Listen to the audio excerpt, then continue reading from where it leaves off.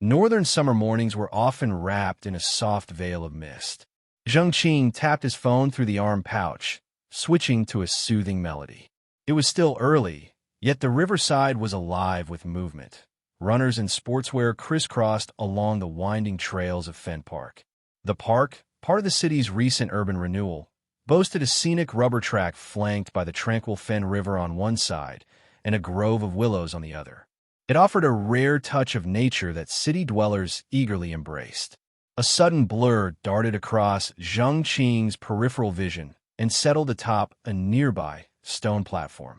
A black cat. He sniffed the air instinctively, adjusted his arm bag, and gave the cat a sidelong glance. It wasn't just any stray. Its thick, midnight fur gleamed unnaturally clean. Though clearly a domestic breed, it wasn't skittish like most cats.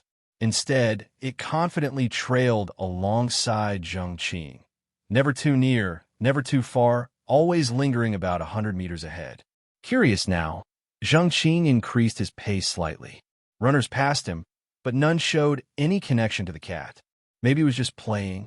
As he neared a bend, the cat veered off the main track into a quieter offshoot cloaked in trees. The branch path was narrow, made of old stone rather than rubber.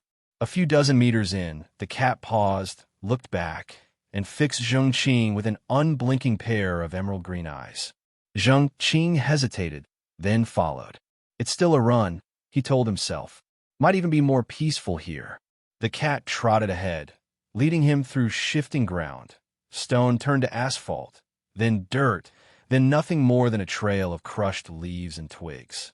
Zheng Qing decided he'd follow it until the wild path ended, then loop back.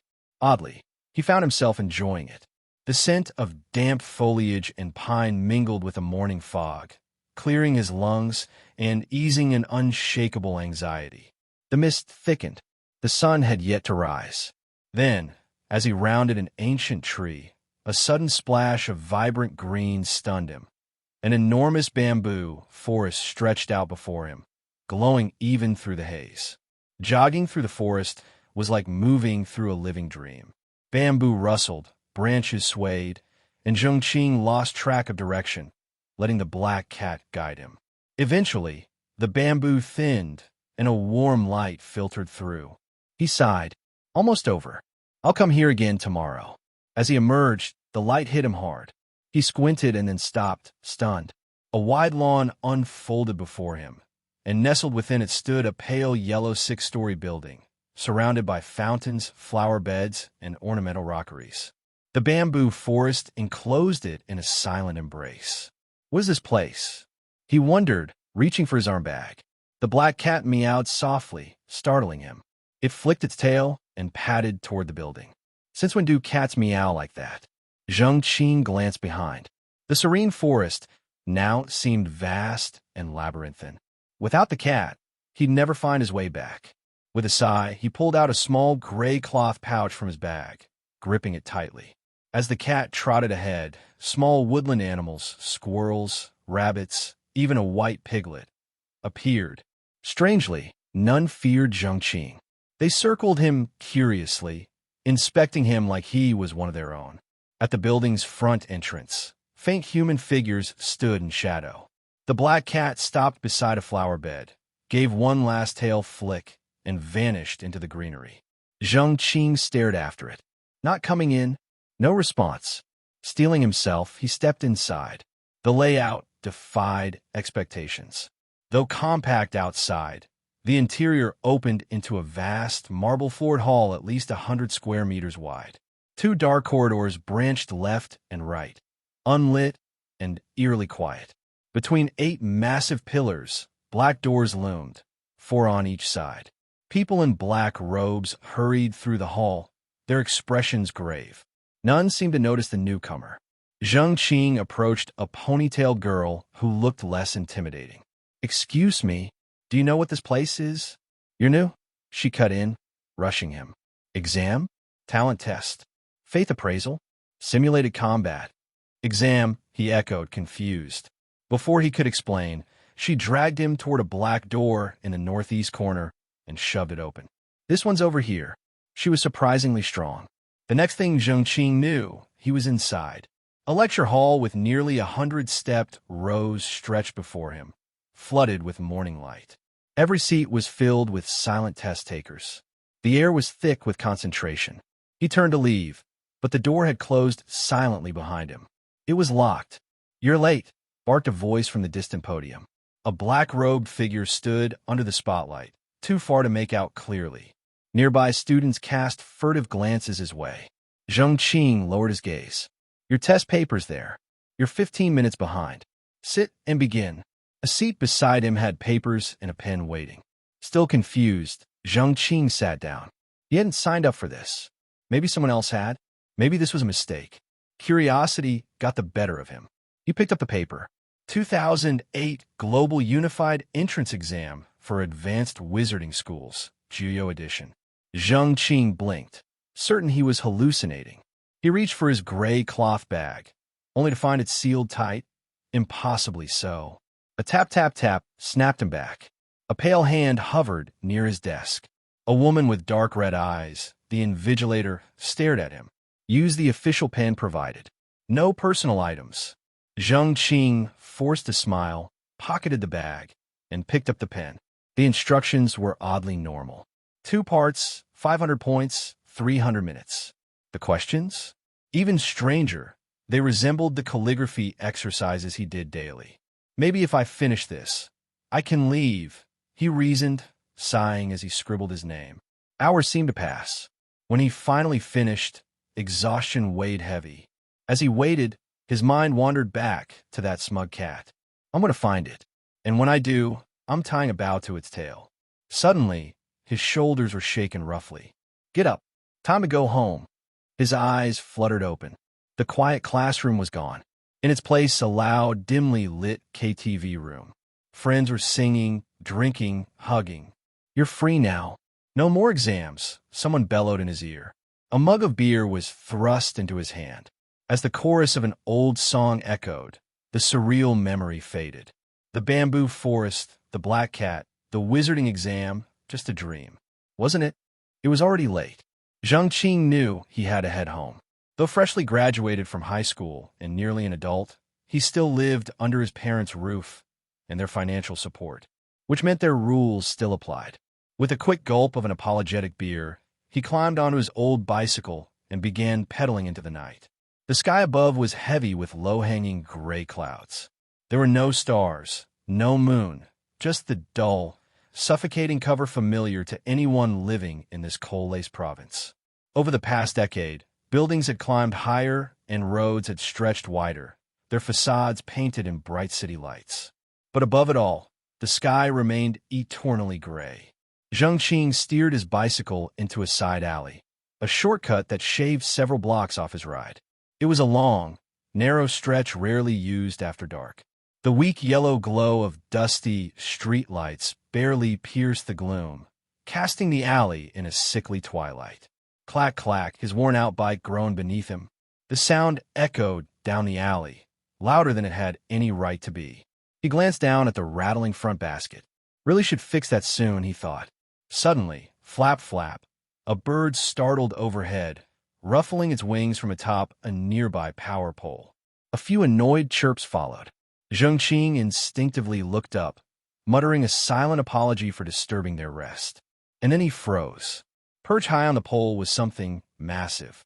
At first, it looked like a crouched human silhouette, but the eyes, those glowing green eyes, were unmistakably animalistic. They gleamed like the guard dog's eyes at his grandmother's countryside home. Zheng Qing blinked. The alcohol in his system churned. He rubbed his face hard. The figure moved. Wings, enormous, silent, unfurled with a gentle rustle. He stumbled off his bike, breath caught in his throat. When he looked again, the eyes were gone. So was the figure. Only a dim, white-hued street lamp flickered overhead, indifferent. The darkness beyond the alley now felt like a cavernous mouth, mocking him. Zheng Qing slipped a hand into his jacket, fingers brushing a small gray pouch etched with faint gold patterns. A tuft of his hair twitched involuntarily. A large bird, he reasoned eventually. Probably an eagle. Eagles didn't usually linger in cities, but who was to say? He once saw an owl perched on a school branch in broad daylight. Maybe this was no different. Maybe mountain creatures came to the city for tourism. The bicycle's creaks quieted. The silence returned, thick and unnatural. Even the distant hum of traffic felt far away, like sound muffled underwater. Then a low, chilling howl slipped through the alley. Zheng Qing's body went rigid. Cold sweat beaded on his brow. The pressure in the air suddenly thickened, heavy enough to choke on. He didn't move. He couldn't. It was as though the darkness itself had grown teeth. The howl faded, but the dread remained. Gritting his teeth, he rang his bicycle bell and began pedaling hard, sprinting away from the oppressive weight, desperate to return to open roads and headlights. Coward, he thought bitterly. But who wasn't? Darkness was still the original nightmare. Artificial lights were no match for the sun. Just before the alley's exit, headlights and the blur of passing cars came into view. That's when it happened. A sharp cry rang out. A black shape shot toward him. There was a dull thud, and something small slammed into Zheng Qing's chest before bouncing into a nearby sandpile. Ugh! He toppled sideways, crashing to the ground with his bike. No time to process. He jumped up, a reflex pulling a stack of yellow talismans from his pocket. Under the street lamp's glow, the red cinnabar symbols shimmered faintly. In the corner of his eye, the sandpile shifted. A fluffy tail twitched weakly. Another howl. Zheng Qing turned toward the sound, and there it was again. The eagle. Now back on the utility pole, it stared down at him. Its feathers flared out, its massive body seeming to swell. Wings half spread, head tilted, beak parted, it radiated threat. The green eyes were piercing. This bird is terrifying, Zheng Qing muttered. He backed up slowly, trying to ease away. His foot caught the edge of the sand pile and sank ankle deep. Damn it, he hissed, trying to shake free. Just as he reached down to unearth his foot, the mound exploded, showering him with grit and dirt. "Fuck," he shouted, frustration boiling over. It was too much, being late, the bike, the howls, the giant bird. And now this. As he wiped sand from his eyes, he finally spotted what had landed on him. A dog, small, maybe knee-height, with messy yellow fur and bright, intelligent eyes. It growled at the sky, blood matting parts of its coat. She was pregnant, her belly unmistakable, ears shaped like a German shepherd, but fluffy like a mutt. Zheng Qing pieced it together. The eagle had hunted her. She escaped, and somehow, in this collision of fate, she'd landed on him. He looked down. The talismans had disappeared from his hand. No way I'm letting this slide. Fueled by fury and beer, he snatched up a broken brick from the ground, locked eyes with the eagle, and hurled it skyward with all his strength. The bird screeched. The brick missed entirely, veering just past the utility pole, and crashed through a window nearby with a satisfying crack of glass. Zheng Qing blinked. His rage evaporated instantly. Oh shit. Above, the eagle let out one last cry and took flight, vanishing into the cloud-choked sky. Zheng Qing stood there, panting in the quiet, winded and dizzy, the dog now curled up near his feet. Somewhere between alley shadows and broken windows, he realized one thing. This wasn't just a bad night. It was the beginning of something far stranger. Hey, welcome to Firescale Audiobooks. If you enjoy our audiobooks, please consider subscribing to the channel. Also, feel free to share your review in the comments section below. A light illuminated the smashed window, followed by the sound of angry, yelling echoing in the quiet alley. Zheng Qing held his breath, ready to flee, but his foot suddenly sank. A miserable whine came from nearby. He looked over to see the puppy biting onto his trouser leg, its long eyes wide and round, staring at him while wagging its tail in a pleasing way. "You're my witness. I am not here," he nodded irresponsibly, ignored the little guy's angry gaze, and tried to run away. However, his trouser leg was immediately held back. Helplessly, Zheng Qing bent down and saw that the pup's hind leg was unnaturally twisted to one side. It seems to have gotten injured during the earlier scuffle. Feeling pity at the sight of the puppy stubbornly grabbing his trouser leg and hearing its low whine, Zheng Qing, in a state of turmoil, quickly picked up the puppy by the scruff of its neck and threw it into his bicycle basket before fleeing under the barrage of cursing coming from the window. The 100-meter distance was covered in no time, and as he reached the brightly lit street, Zheng Qing took a deep breath. He looked back. The night sky was still silent and serene, and only a massive silhouette could be seen disappearing into the distance. The puppy in the basket, lying wearily, lifted its head to look at Zheng Qing, its eyes glossy and charming like an infinite starry sky. Zheng Qing thought it might be a better idea to take this little guy home, considering it might not even be able to survive until tomorrow morning if left injured on the street. In his rush to get home, he didn't notice the sly grin on the puppy's face. Otherwise, he definitely would have taken out a talisman paper and viciously thrown it at the little creature. The boundless red, the heavy ink-like red, the overwhelming red, was the only hue present in the whole space. It felt as if everything was stained with fresh blood, filling the world with an aura of murder and despair. Zheng Qing stood alone in the endless red, motionless and dazed, silently watching the monotonous world. Slowly, a faint murmur echoed in the monotonous world. The sound was getting louder and reverberated more powerfully until it wildly echoed in the space, like dozens of thousands of wolves lonely howling at the moon, or millions of armored soldiers shouting in the wilderness, conflicting yet heavy at the same time. But Zheng Qing, standing alone in the vast space, didn't feel anything. He just stood there, arms spread, eyes closed. More and more red piled up, forming heavier and heavier blood-red clouds above his head, becoming heavier and heavier until they engulfed Zheng Qing completely. Thump! With a scream, Zheng Qing crawled out from under the bed. This was not the first time he had rolled off the bed during his sleep, feeling some helplessness but without any solution apart from possibly tying himself to the bed. Compared to his experiences of a migraine and somnambulism during childhood, falling off the bed while sleeping didn't seem to be a big issue. He rubbed his aching forehead while completely forgetting about the blood-red color in his dream. All he remembered was being chased by a giant creature, waking up to escape it. His clear memory still lingered on that large eagle with a pair of emerald eyes. Speaking of that eagle, he lifted his head and nervously searched around. Soon, he found the puppy from his dream, sleeping soundly in the pile of clothes next to his bed. Last night was a blur. He had given the puppy a casual bath, then fallen asleep, never expecting the puppy to find a comfortable spot all by itself. Stroking the puppy's upright ears, Zheng Qing found the little creature absolutely adorable. Glancing at the alarm clock by his pillow, it was not yet 6 o'clock.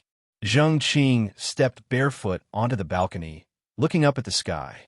Good, Venus was still shining brightly. He casually took out a handful of golden grains and sprinkled them on the windowsill. Zheng Qing glanced at the corner of the wall, a smirk appearing on his face. He then closed his eyes, focused his breath, slowly extending his fists and legs in time with his breathing. The movements had a Tai Chi essence to them, yet they were entirely different. Zheng Qing had been practicing this guidance technique for nearly 7 years, persisting every day as per his master's instructions. The paper ball in the corner began to rustle softly. Shortly afterward, a small, chubby critter with ochre-spotted fur scaled the smooth wall up to the window ledge. When Zheng Qing finished several rounds of boxing and was focusing his energy, he saw the little creature continually stuffing something into its mouth. Eat slowly. Nobody's competing with you. Zheng Qing adjusted his breathing, watching the little mouse with amusement. The little one paid no mind, just relentlessly stuffing these golden grains into its mouth until its cheek pouches swelled up, then it paused to stroke its whiskers. No one knew what species this mouse was. It appeared to be a guinea pig, with its short and thick body, round ears, black eyes, short limbs, and no tail, yet it was just the size of a fist. Yet it also resembled a hamster, petite with cheek pouches and sharp incisors. Its size hasn't changed since Zheng Qing discovered it as a kid. Quite a marvel indeed. Despite being of unknown species, this little one was never without a name. As a child, when biker mice from Mars was popular, Zheng Qing had named it Shuda and often playfully put it into model planes to battle monsters. Later, following the release of the movie Ratatouille, it was temporarily renamed DeBeo. After finishing Boxing Today, in his invigorated state, Zheng Qing considered christening the little creature with another new name. Considering that I am completely free now, I might as well call you Freedom. But the name Freedom is a bit cliché. In English, that's free, which also denotes fei rui, luck and prosperity in Chinese, a good omen. Looking at your chubby body, this fei could also mean fat. All right, from today on, your name will be Fei Rui, Zheng Qing concluded after deep contemplation.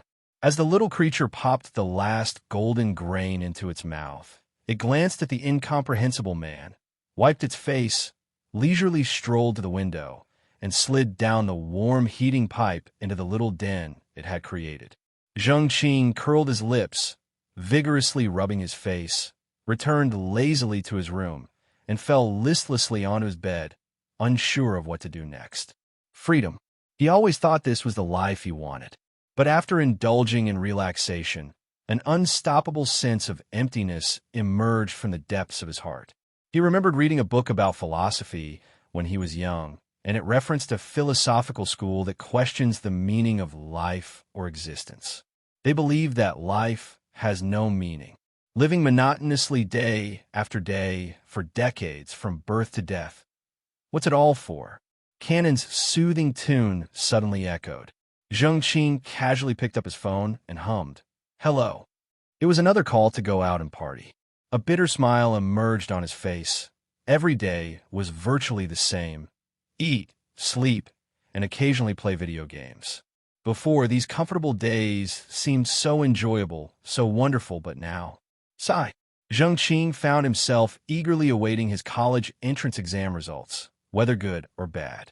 He could decide to work if they were bad, or enjoy the long-coveted college life if they were good. The little dog, sleeping, soundly rolled over, its fluffy tail wagging naturally. Zheng Qing blinked, but quickly turned away, pushing his previous thoughts to the back of his mind. He must be seeing things. He just saw 3 tails. Even though this puppy has a weird tail that looks like a squirrel's, there's no way it would have 3 tails. It must be an illusion. He trusted his eyes and his feelings. He personally brought this little creature home. It couldn't possibly be filthy. His family didn't mind having pets, as long as they didn't smell and didn't create waste. After Zheng Qing actively resolved these issues, the chubby little puppy moved in. Days rolled by, and in the clarity and decadence, Zheng Qing's life hovered. The only annoyance was the puppy he had rescued. After recovering from its injuries, the heavily pregnant little dog gave birth to a puppy that resembled a tiny squirrel. Once the small squirrel grew to fist size, no longer breastfed, the mother dog mysteriously disappeared. She swung her tail and left without any worries, leaving behind a pile of fluffy fur and a poor little white dog. But recently, Zheng Qing didn't have the time to care for that ungrateful little puppy. His high school examination results were already out. His score reached the standard for a first-rate university, yet he hadn't received any admission letter.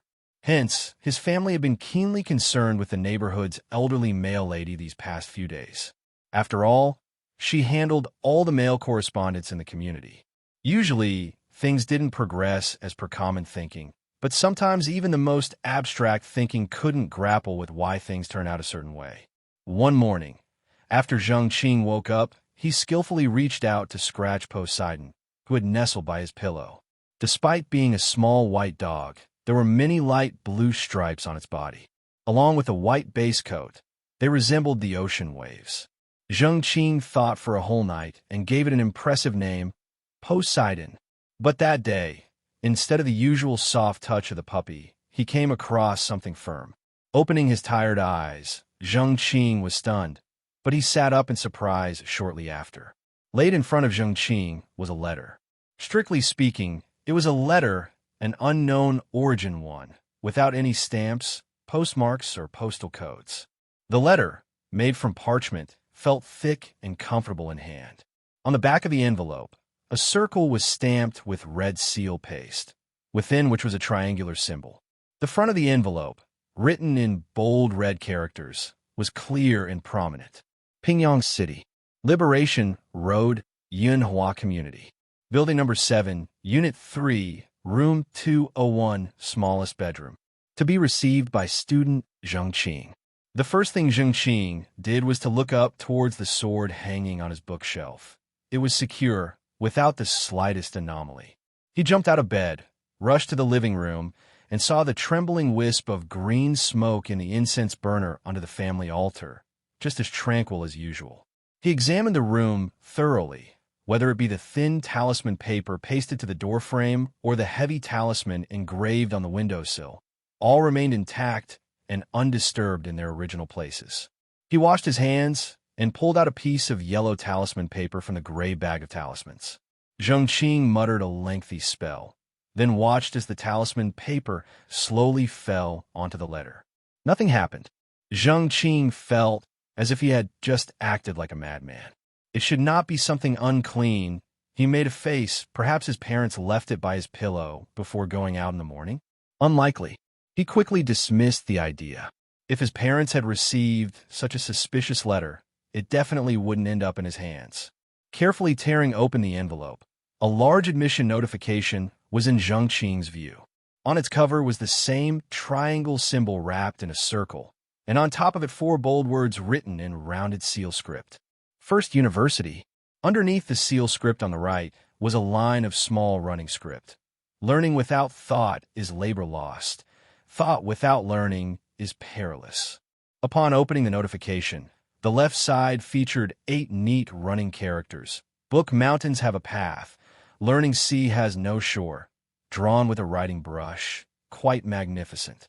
The other side, at the top, clearly stated in small characters.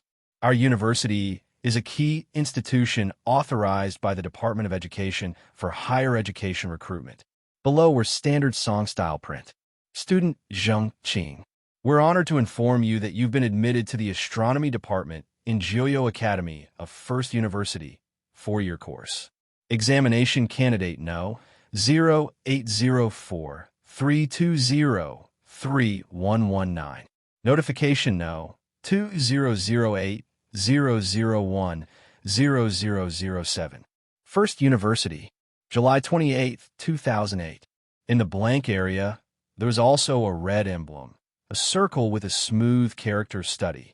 Accompanying the notification was a light yellow card, which read, "Please reply within a week of receiving this notification. The interviewer will contact you within 24 hours and guide you in preparing what's necessary. Any other requirements can be discussed with the interviewer." Also included were a receipt for a flight ticket departing from Chang'an Ephesus Airport on September 1st, and a certificate for a full scholarship, on which various colorful seals were crowded together, a dazzling array of reds and greens. Lastly, there was an A4-sized hard light green blank card. Both of his parents were at work, leaving Zheng Qing alone at home. Holding this incomprehensible letter, he felt skeptical. After all, he was clear about his own affairs. He distinctly remembered the 3 universities he applied to. His first choice was Capital University, his second choice was Western University, and his third choice was the normal university just outside his house, all with a major in finance. When did he apply to this university? But his name was correct. The examination candidate number was also correct. They were definitely his. Astronomy department of Jiuyou Academy? Was it an astronomy major? But it seemed he hadn't seen this major in the application guide. Besides, with such an austere name, he wouldn't have chosen it. Caressing the blank hard card, Zheng Qing's first reaction was this was a scam. Indeed, it might be some third-rate university that registered a fancy foreign name and then used it to make money in their home country. This kind of story wasn't unheard of. Then he was confused. If this was indeed the first university, it should be quite prestigious. However, he hadn't heard of such a name domestically, although there seemed to be a similar notion abroad. Was it France or Germany? Touching the deflated gray cloth bag on his chest, Zheng Qing's eyebrows slowly raised. His intuition told him this admission letter definitely had something to do with what he learned from the master. He entered the bathroom, scooped up a handful of cold water, and splashed it on his face. Zheng Qing felt every cell in his body activated by this coldness. Leaning against the sink, he scrutinized the guy in the mirror attentively. His face glowing, yes. It indeed was akin to the face of someone about to experience a stroke of luck, but it could also be the effect of the cold water. In the mirror appeared a gentle face, eyes not too big but shiny, a nose as short as other oriental faces, with a roundish feel. Faint fuzz was starting to grow around the corners of the mouth. His short hair, neatly trimmed, obediently lay flat all around, but on the top of his head, a tuft of stubborn hair stood erect, not willing to conform to its brethren. Damn it! He scooped up a handful of cold water and forcefully patted that tuft of hair, flattening it. Of course, he knew this was just a psychological comfort. Once the water dried, the tuft of hair would spring back up. Chuckling softly, Zheng Qing shivered. A silver pocket watch tumbled out from his sweatshirt's round collar and dangled in midair, wobbling around, restless. This pocket watch was a gift from his master on his 12th birthday. That was his first time at Huiziji and his first contact with that hidden world. The silver watch cover popped open. The hands on the watch face quietly moved. Not for 1 second, 2 seconds, or 3 seconds. It seemed that nothing could obstruct its quiet, stubborn movement. Zheng Qing's smile froze on his face in the mirror as beads of water on his face and hair converged, rolled down along his cheek to the chin, then dripped onto his chest. Seemingly in a daze, he thought he saw a young figure practicing calligraphy. Pingyang Prefecture is a millennium-old town on the banks of the Fun River and a stronghold in the south of Jin. Its extensive history has imbued its land with abundant resources and a thick cultural layer. Over the past decade or so, as the underground resources have been developed, the ancient culture that languished in history has gradually been revitalizing. The private school, an antique in the old paper pile, has been welcomed back with fondness. Synopsis Private School is such a rejuvenated antique. This private school is located in a bookstore in a ground-floor shop facing the street of Yinhua Residential Complex. The name of the bookstore is Synopsis Bookstore. The schoolmaster, also the owner of the bookstore, is named Mr. Wu, who is short and plump, wearing black-rimmed round glasses. He greets people with a customary fist and bow, which has earned him an inexplicable respect throughout the neighborhood, where everyone calls him Mr. Wu. Mr. Wu's private school is small, with only one teacher and one student. The teacher is Mr. Wu. The student is a boy named Zheng Qing from a household in Yinhua Residential Complex.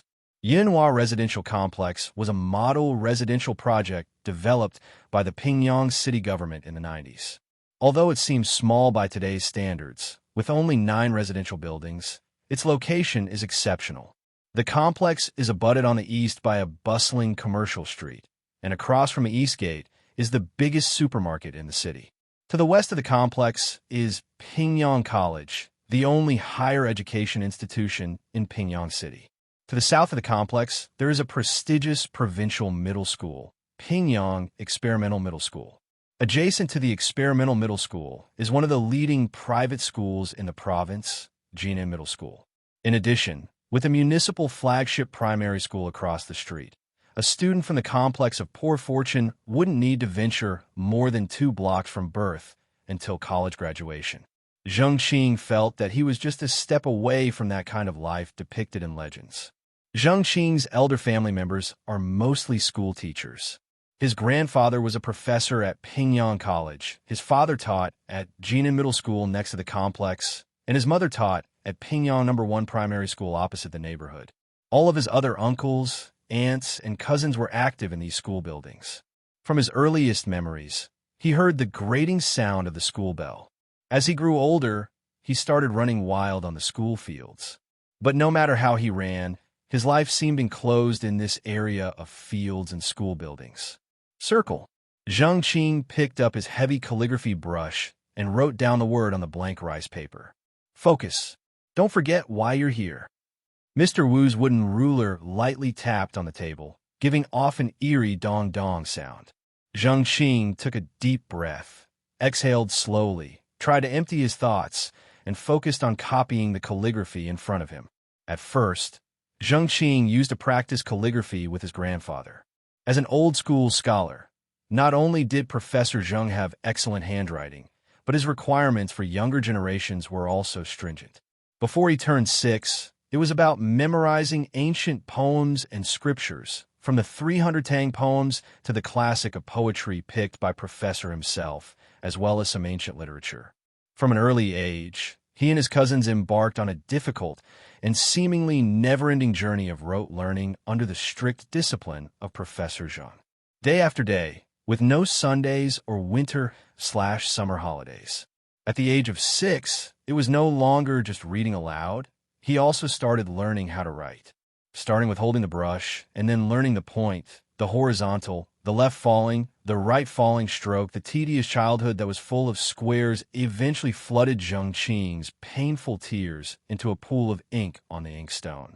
Every day, he was forcefully dragged out of bed at 6 in the morning to practice morning writing. 50 large characters had to be finished before breakfast. After breakfast, he began to recite scriptures aloud. By the hot noon, he had to memorize specific passages and then practice a few more large characters. After a short nap post-lunch, he continued reciting and practicing calligraphy. After dinner, it was still reciting and practicing. As soon as the clock struck 9, he was rushed to bed.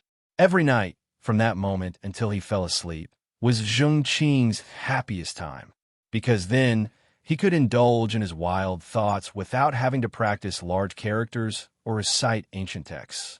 But wild thoughts drained him too much. Every time after falling asleep with wild thoughts, Zheng Qing would descend into chaotic dreamland.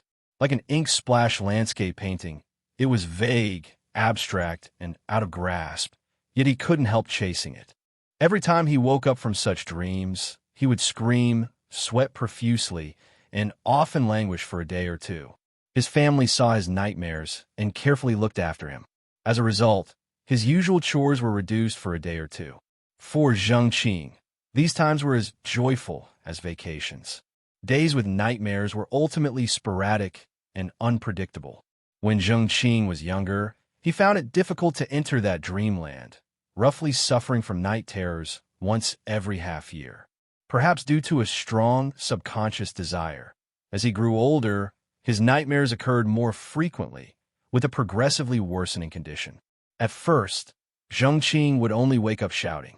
Gradually, he began to sleepwalk. Sometimes, he would wake up in shock to find himself sleeping atop a large cabinet at home and have no memory of how he ended up there. Sometimes, he would sleepwalk to the balcony, sing an unintelligible song, then return in silence to sleep in his bed. Sometimes he would even pick up a writing brush and draw large cryptic symbols. With the growing severity of his sleep terrors, Zheng Qing began to suffer from headaches. At first, his family thought he was trying to slack off, so they didn't pay much attention. But to be safe, they brought him to the provincial hospital to take images. The doctors found no abnormal findings. They attributed the cause to be the young boy's excess pressure and suggested a balance between work and rest. It wasn't until Zheng Qing started bashing his head against the wall to ease the headache that his family started to panic.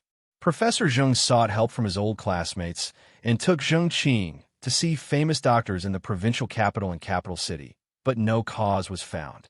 Meanwhile, Zheng Qing's headaches were becoming increasingly severe day by day.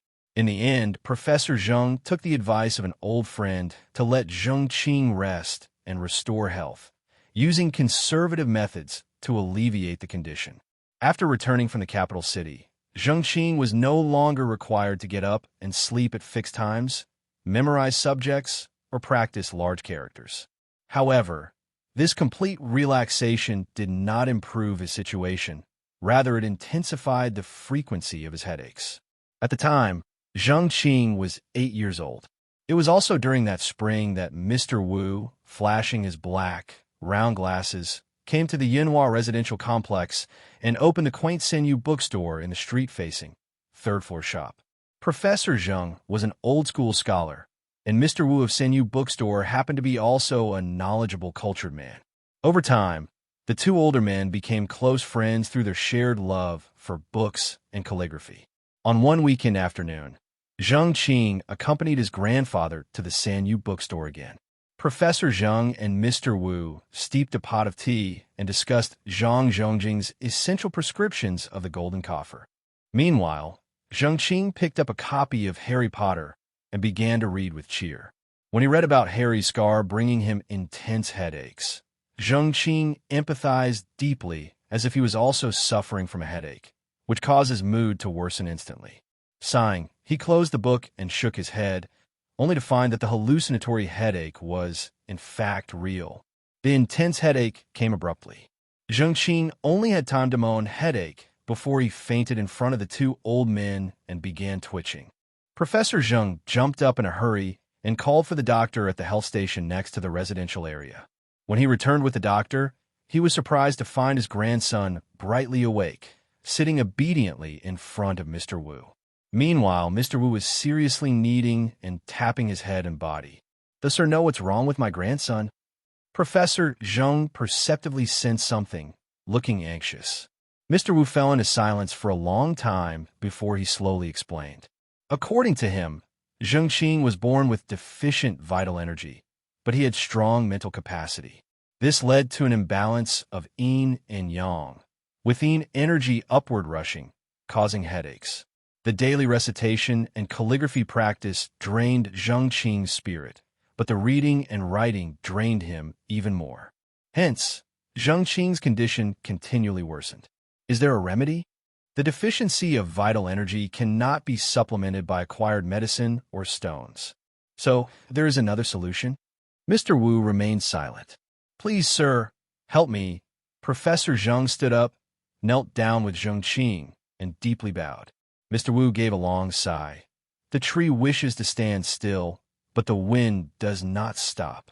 Helping Professor Zheng up, Mr. Wu made 3 stipulations. The first one, no talking. The second, secrets must not be passed on. The third, for souls, not eyes. The first rule, prohibiting talking, meant that Professor Zheng could not discuss his treatment. In all seriousness, Mr. Wu explained that some things, once spoken, lose their charm.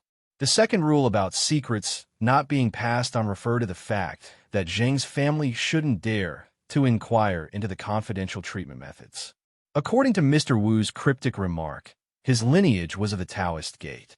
If Zheng Qing wanted to compensate for his innate insufficiency, he needed to join his lineage and follow certain commandments. The third rule, for souls and not eyes, Mr. Wu expressed that he treated Zheng Qing simply because he encountered him, and he only wished for peace of mind, not to be disturbed by other patients. It was for the heart, not for fame. If the treatment has some effects and attracts other patients to bother him, he would have no choice but to leave early. After stating the 3 requests, Mr. Wu fell silent. While Professor Zheng was still pondering, Zheng Qing had already knocked his head on the ground 7 or 8 times, incessantly calling out, "Teacher." Professor Zheng, bemused, pulled him up and asked, only to find out that Mr. Wu's massage earlier was very effective. It seemed to be the first time in a long time that Zheng Qing felt so refreshed. Hence, upon hearing that Mr. Wu had a way to treat his headache, he immediately knocked his head in respect. Thus, the old man had no choice but to smile bitterly and nod in agreement. That's how, during midsummer of his 8th year, Zheng Qing acknowledged Mr. Wu as his master. Mr. Wu's knowledge was broad, covering astronomy, geography, and history. Whenever patrons of the bookstore started a topic, he could always follow along and talk endlessly.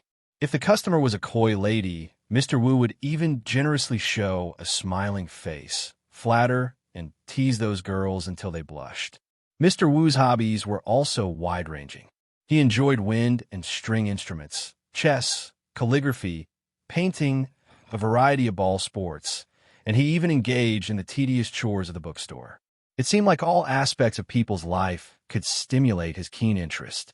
So much so that Professor Zheng once sighed, claiming that Mr. Wu was a true connoisseur. Most importantly, Mr. Wu's methods of treatment were indeed superb. Since the time Zheng Qing acknowledged him as his master, his headaches had never recurred. This left Professor Zheng and Zheng Qing's parents immensely grateful. But as Mr. Wu insisted on not getting involved, The Zheng family could only send some gifts during festivities to show their gratitude. Mr. Wu's treatment method was peculiar. He didn't give Zheng Qing daily acupuncture or massage. He didn't prepare goldstone soup medicine for Zheng Qing either. Instead, he continued with Professor Zheng's usual practice, calligraphy. However, what Zheng Qing was practicing were not the common Han characters found in the textbooks. Instead, it was an old and worn-out talisman scroll.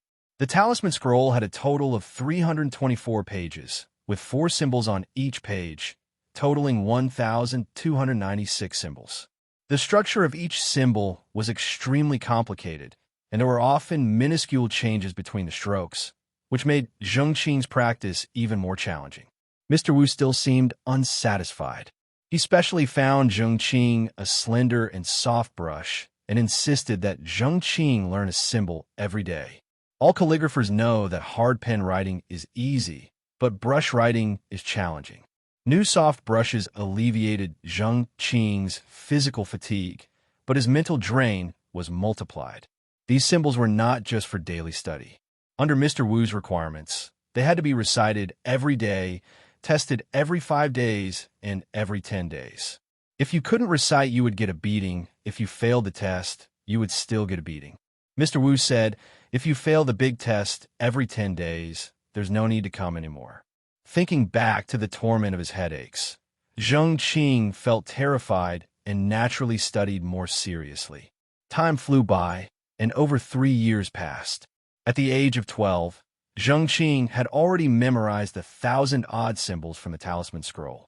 And over the past 3 years, his headaches had not recurred. During those 3 and more years, the longer Zheng Qing spent with Mr. Wu, the more abnormalities he noticed. For example, Mr. Wu never seemed to eat. Mr. Wu would cook delicious meals that were a feast for the senses, but most often he would leave it for Zheng Qing and the yellow-flowered cat in the bookstore. Zheng Qing had never seen Mr. Wu eat. Then there was that strange yellow-flowered cat in the store. This yellow-flowered cat showed up when Zheng Qing was 10. It burrowed into the bookstore and refused to leave.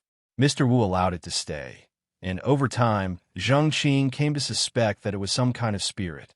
More than once, he had seen the cat rummage a key from the drawer, stand straight up, and unlock the attic to get fish strips. The cat never seemed to mind, but often waved its paw at him in greeting. Most importantly, once, Zheng Qing saw Mr. Wu gesturing towards his teapot, and the teapot, which was a good 10 meters away from him, gracefully floated into his hand. The more he found out, the more he revered, and so Zheng Qing's treatment of Mr. Wu became more and more respectful. The mind of a young boy often has all sorts of wild fantasies. Over time, these peculiarities settled in his heart, becoming familiar to the point of being considered normal. It was not until his 12th birthday that Mr. Wu announced his intention to give Zheng Qing a gift. It was a foggy morning. Mr. Wu held Zheng Qing's hand, reminding him to hold on tight. Zheng Qing held Mr. Wu's hand nervously. They left the bookstore, walked a few steps, and entered the garden in the residential area. The sides of the garden path were flanked by holly trees over a meter high, neatly trimmed by the gardeners. They went left and right along the path, walked through a round archway, and the mist around them seemed to dissipate instantly. He was still thinking that the archway had never appeared in the garden before. Unexpectedly, Mr. Wu let go of his hand, raised his fists in greeting to a gaunt old man coming towards them. Zheng Qing looked around and found himself in a quiet, ancient small street. At the entrance of the small street stood an archway held up by 2 bare stone pillars. Inscribed on it in powerful strokes were 3 large characters, Huiziji. This was Zheng Qing's first visit to Huiziji. Huiziji is a small marketplace, merely a single street. The street is less than 10 meters wide, generally ladder-shaped, looping around a few miles in length. Both sides of the street are lined with old shops, their frontages not in the best of order.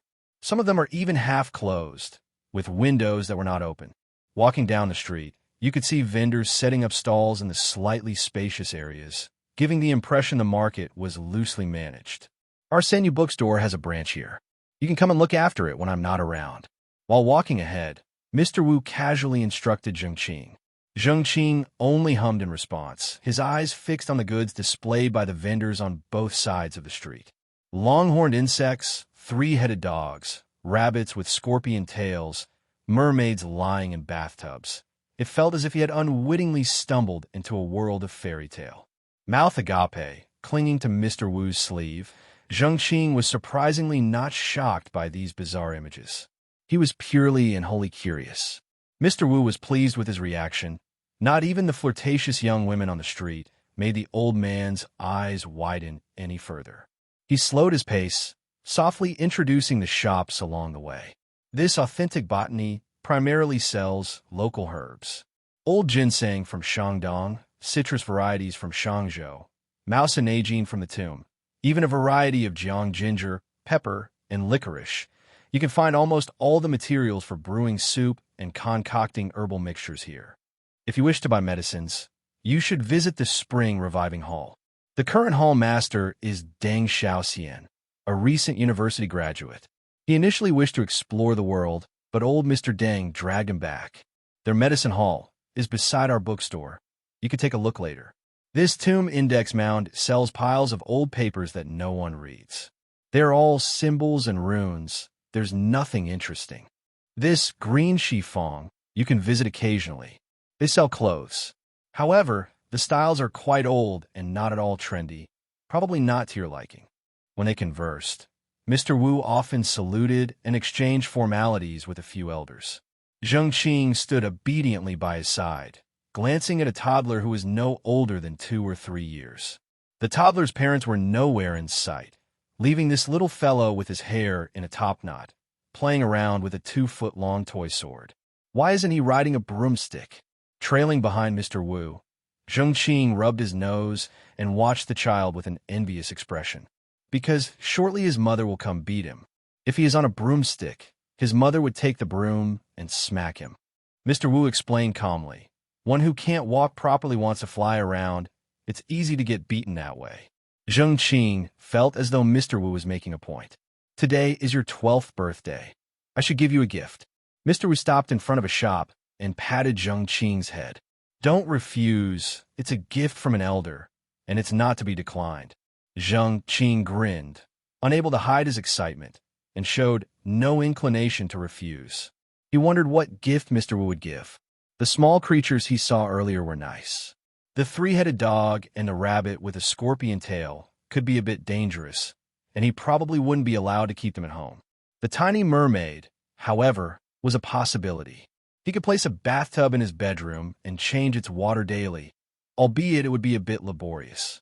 The candy household at one of the stalls they passed was also not bad. The brightly colored yard, plants and animals, and even the little candy people running from the house to the lawn looked extremely appetizing. However, such a gift was considered perishable and probably wouldn't last past his birthday. And then there was the flying wooden sword under that little brat's feet. He might be too big to ride it, but he could hang his pet hamster on it for fun. Before Zheng Qing could finish his thoughts, Mr. Wu had already emerged from the shop. He opened his hand, reached out, and laughed. This is your birthday gift. In Mr. Wu's palm lay a silver pocket watch, intricately engraved with complex patterns. A light press of the button on the top would spring open the case to reveal the ticking hands inside. Zheng Qing accepted the gift with delight, yet a slight disappointment rested within his heart. Mr. Wu pointed at his watch, his tone quite serious. Remember, your most precious wealth is your time. Zheng Qing looked up, seemingly puzzled. Have you seen my hand? Mr. Wu turned over his palm, revealing a wrinkled, waxen yellow back of his hand, speckled with age spots. It wasn't particularly good-looking. Can you imagine how smooth and elastic this skin once was? But now it's withered.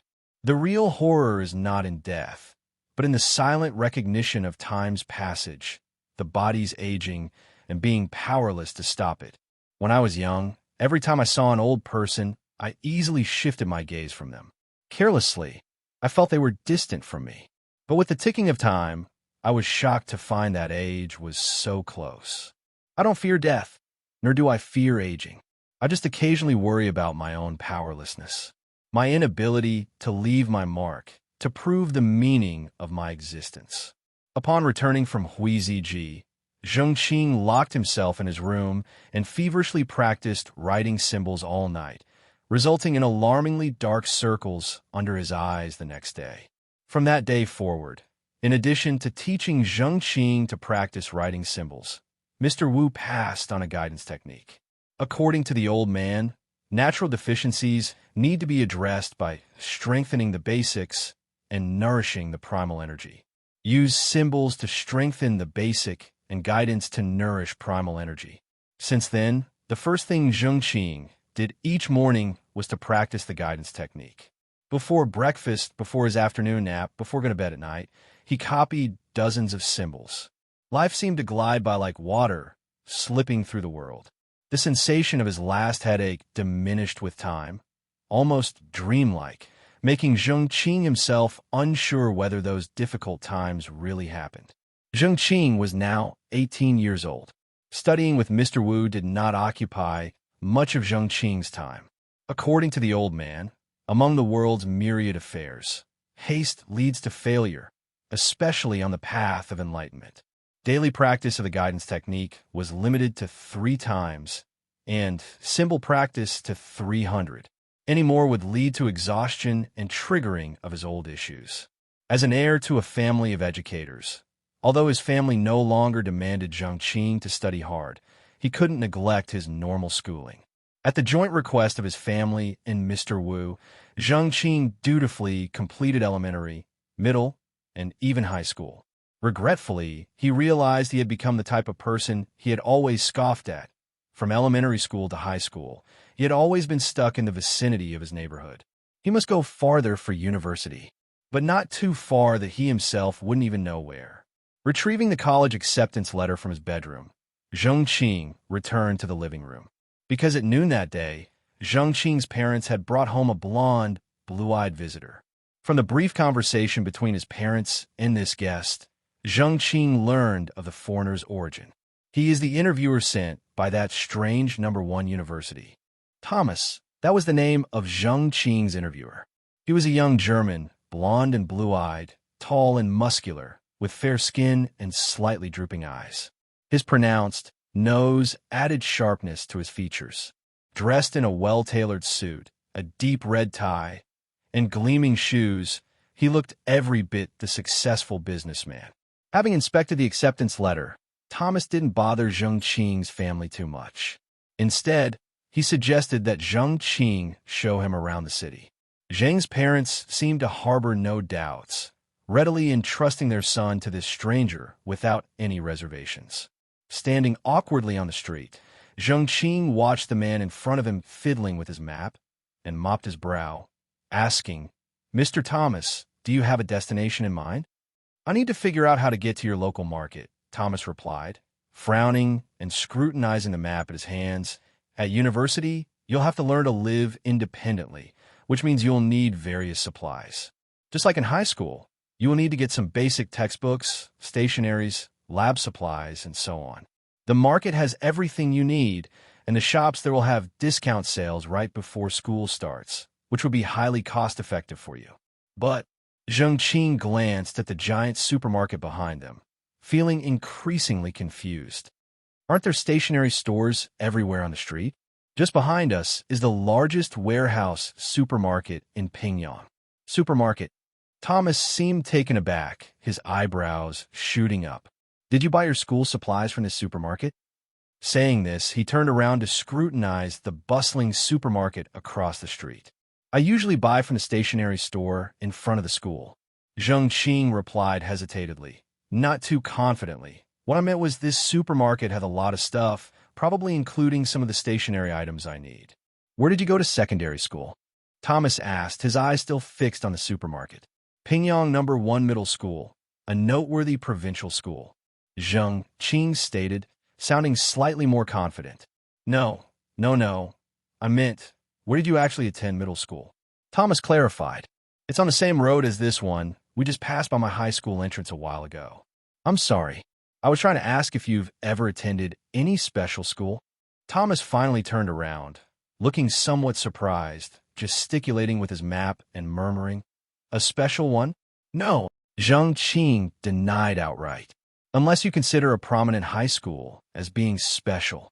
So, could it be a system error? Thomas put away his map and produced something resembling a cell phone from his pocket and began moving it up and down Zheng's body. The device beeped incessantly with each movement.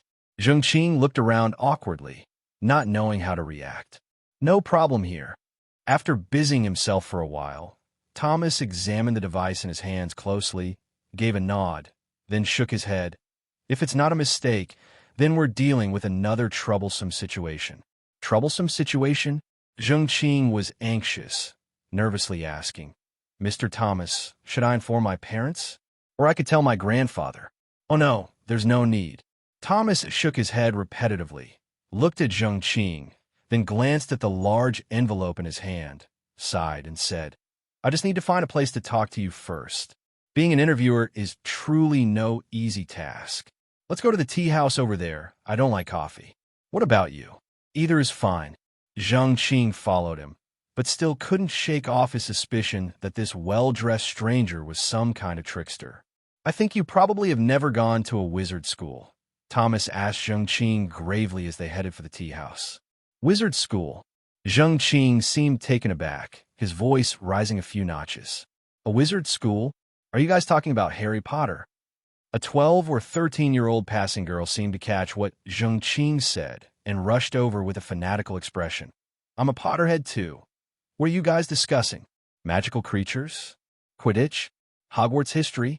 Or the story of the Peveril brothers? I know them all. Zheng Qing jumped at the sudden intrusion, staring wide-eyed at the little girl with broad glasses on her nose. It took him a moment to regain his composure. He gave a nervous chuckle and shook his head vigorously. Meanwhile, Thomas next to him observed the little girl curiously. Blushing, the little girl muttered a few things under her breath and scampered off. Zheng Qing closed his pocket watch. They had been there for 12 minutes and 34 seconds. He and Thomas were seated in a tea house halfway down Pingyang Road, with Thomas opposite him, flipping through a newspaper. They had been sitting there for 12 minutes and 34 seconds now, with Thomas engrossed in his thick newspaper. Zheng Qing cradled his teacup in both hands, sipping the pale green tea and discreetly peering at the newspaper. On the back of the paper was an eye-catching headline. Witchcraft Federation Committee expresses dissatisfaction with the Dark Blue Castle. At a press conference, Huang Shi, spokesman of the Witchcraft Federation Committee of the Wizard Alliance, revealed that during the recent crackdown on illegal labs, abnormal dimensional fluctuations were detected at the Dark Blue Castle. At the time of the report, Sam Marshall, the chief judge of the Wizards' Court, had already signed a comprehensive search warrant against the Dark Blue Castle. The Wizards Alliance reiterated its attention to dimensional fluctuation experiments, stating that the Alliance would continue to scrutinize all unreported laboratories related to dimensional convergence. Zheng Qing couldn't comprehend a word of what was being said in the paper. Zheng Qing looked on dejectedly as Thomas put his newspaper down and pulled out a pen to start scribbling. The two of them sat in silence. As time trickled by, the atmosphere grew a bit awkward. What are you calculating? Zheng Qing finally found a topic to break the silence. Odds. Thomas didn't look up. He explained while calculating, the World Cup is half over. The Venus team is still leading, but the Flamingo team is rising rapidly. They've bagged the Wild Demon King 3 times consecutively. There's always this type of dark horse team every few years. If I can get this right, I can get rid of these annoying errands for the next couple of years and focus on my multidimensional magic fluctuation interference experiment under Secret Garden's spatial conditions. Are you talking about betting on a game? Zheng Qing looked at him blankly. Thomas spared him a glance and continued to focus on his calculations. Bored, Zheng Qing blew ripples into his tea and tried to make sense of all the peculiar things he had encountered that day. After a while, noticing Thomas finally folding his newspaper, Zheng quickly broke the silence. I didn't quite understand what you meant about the wizard school. Thomas looked down, studying the tea leaves in his cup. Then, he looked up, squinting at Zheng Qing across from him. Those green eyes seemed familiar to Zheng Qing. You're a wizard, he told Zheng Qing in a matter-of-fact tone. Wizard. Zheng Qing thought of the young girl from earlier and winced in discomfort. I guess I could just about accept a Taoist. That includes Chinese Taoists, monks, Confucian scholars, church monks, priests, RBs on Myoji, ninjas, Indian Brahmins, Egyptian priests, American superhumans, and even non-living entities such as the blood race, werewolves, evil spirits, and ghosts. They're all classified as wizards, but historical factors led to different names, explained Thomas. Laughing, Zheng Qing responded, You mentioned the first university as a wizard university. Does that mean there are middle schools and elementary schools for wizards too? Correct. Thomas nodded, his serene green eyes filled with sincerity without any hint of humor. Do you know about Hogwarts? Zheng Qing asked with a smile.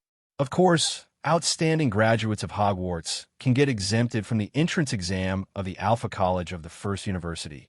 Thomas looked at Zheng Qing with surprise. You know about this school too? Do you have friends there?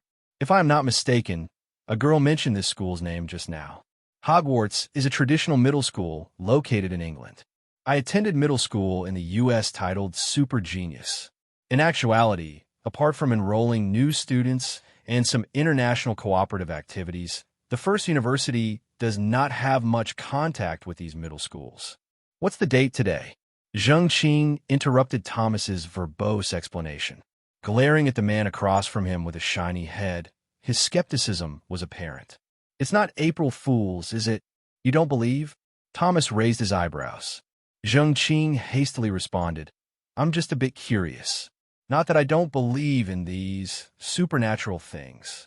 Thomas cut him off seriously. It's not supernatural at all. Isn't it very natural? For a wizard, everything is natural.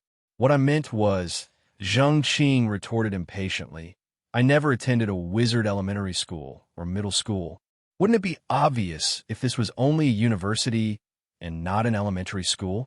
You're expecting someone who doesn't even know addition and subtraction to prove 1 plus 1? I'm not Harry Potter. Who's Harry Potter? I've heard his name a few times today. Thomas looked confused, but continued seriously. Also, isn't 1 plus 1 2? Are you an alien? Zheng Qing asked with wide-eyed surprise. To be precise, I indeed have some extraterrestrial lineage. Thomas answered unwillingly yet solemnly. But I advise you not to ask other students in school this way. It's impolite. If the school rule didn't require the interviewer by default to answer students' queries, I wouldn't bother to entertain such unruly interruptions. The waiter from the tea house came over with a pot to refill their water, switching out the plate of dried fruits at the same time. Zheng Qing picked a peanut, cracked its shell, and tossed the nut into his mouth. He munched as he shifted in his seat to find a more comfortable posture. The conversation between the two of them had taken a strange turn. He needed a small break to regroup. How did you find me? He asked Thomas after the waiter left, deflecting to a new topic. Thomas's raised brows swept over Zheng Qing's head, as though he found the question as ridiculous as Zheng Qing's disheveled hair. Zheng Qing looked around, with the waiters standing behind the counter, flashing stiff smiles, and the sporadic customers engrossed in their tea wares. The entire tea house was rather still. Picking up his teacup, he took a sip and revised his question. What I meant was, how did you guys know I was a wizard? Thomas still looked puzzled, as though he didn't understand Zheng Qing's question. What I meant was, I don't remember applying to the First University. Zheng Qing carefully reframed the question.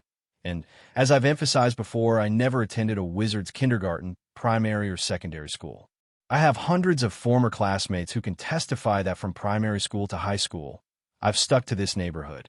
Oh, understanding dawned upon Thomas. He looked at Zheng Qing strangely. But you do have the ability to cast spells. It's like you've completed elementary and middle school education in an unaccredited institution. Once your abilities are up to par, naturally you'll be enrolled in the school. Moreover, you've appeared for the independent enrollment exam organized by the First University. He took out a piece of paper and handed it to Zheng Qing as he smiled contently. Here are the results of your global wizard matriculation exam. With full marks being 500, you scored 480. Being the second among the newbies, it's an excellent score. After saying that, he picked up his teacup took a sip, nodded at the stunned Zheng Qing, and gave him an encouraging smile. Images from the night, Zheng Qing picked up Poseidon's mother flickered in Zheng Qing's mind.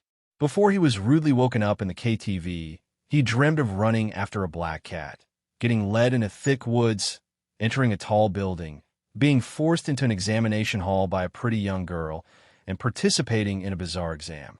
I always thought it was just a dream. Zheng Qing felt like a fool. It was indeed an examination in a dream. There's no faster way of gathering all the students than in a dream. Thomas shook his head. From Alaska to the Himalayas, the candidates are scattered all around the globe. The school doesn't have that many pumpkin carriages to send out to you. You guys go out in pumpkin carriages?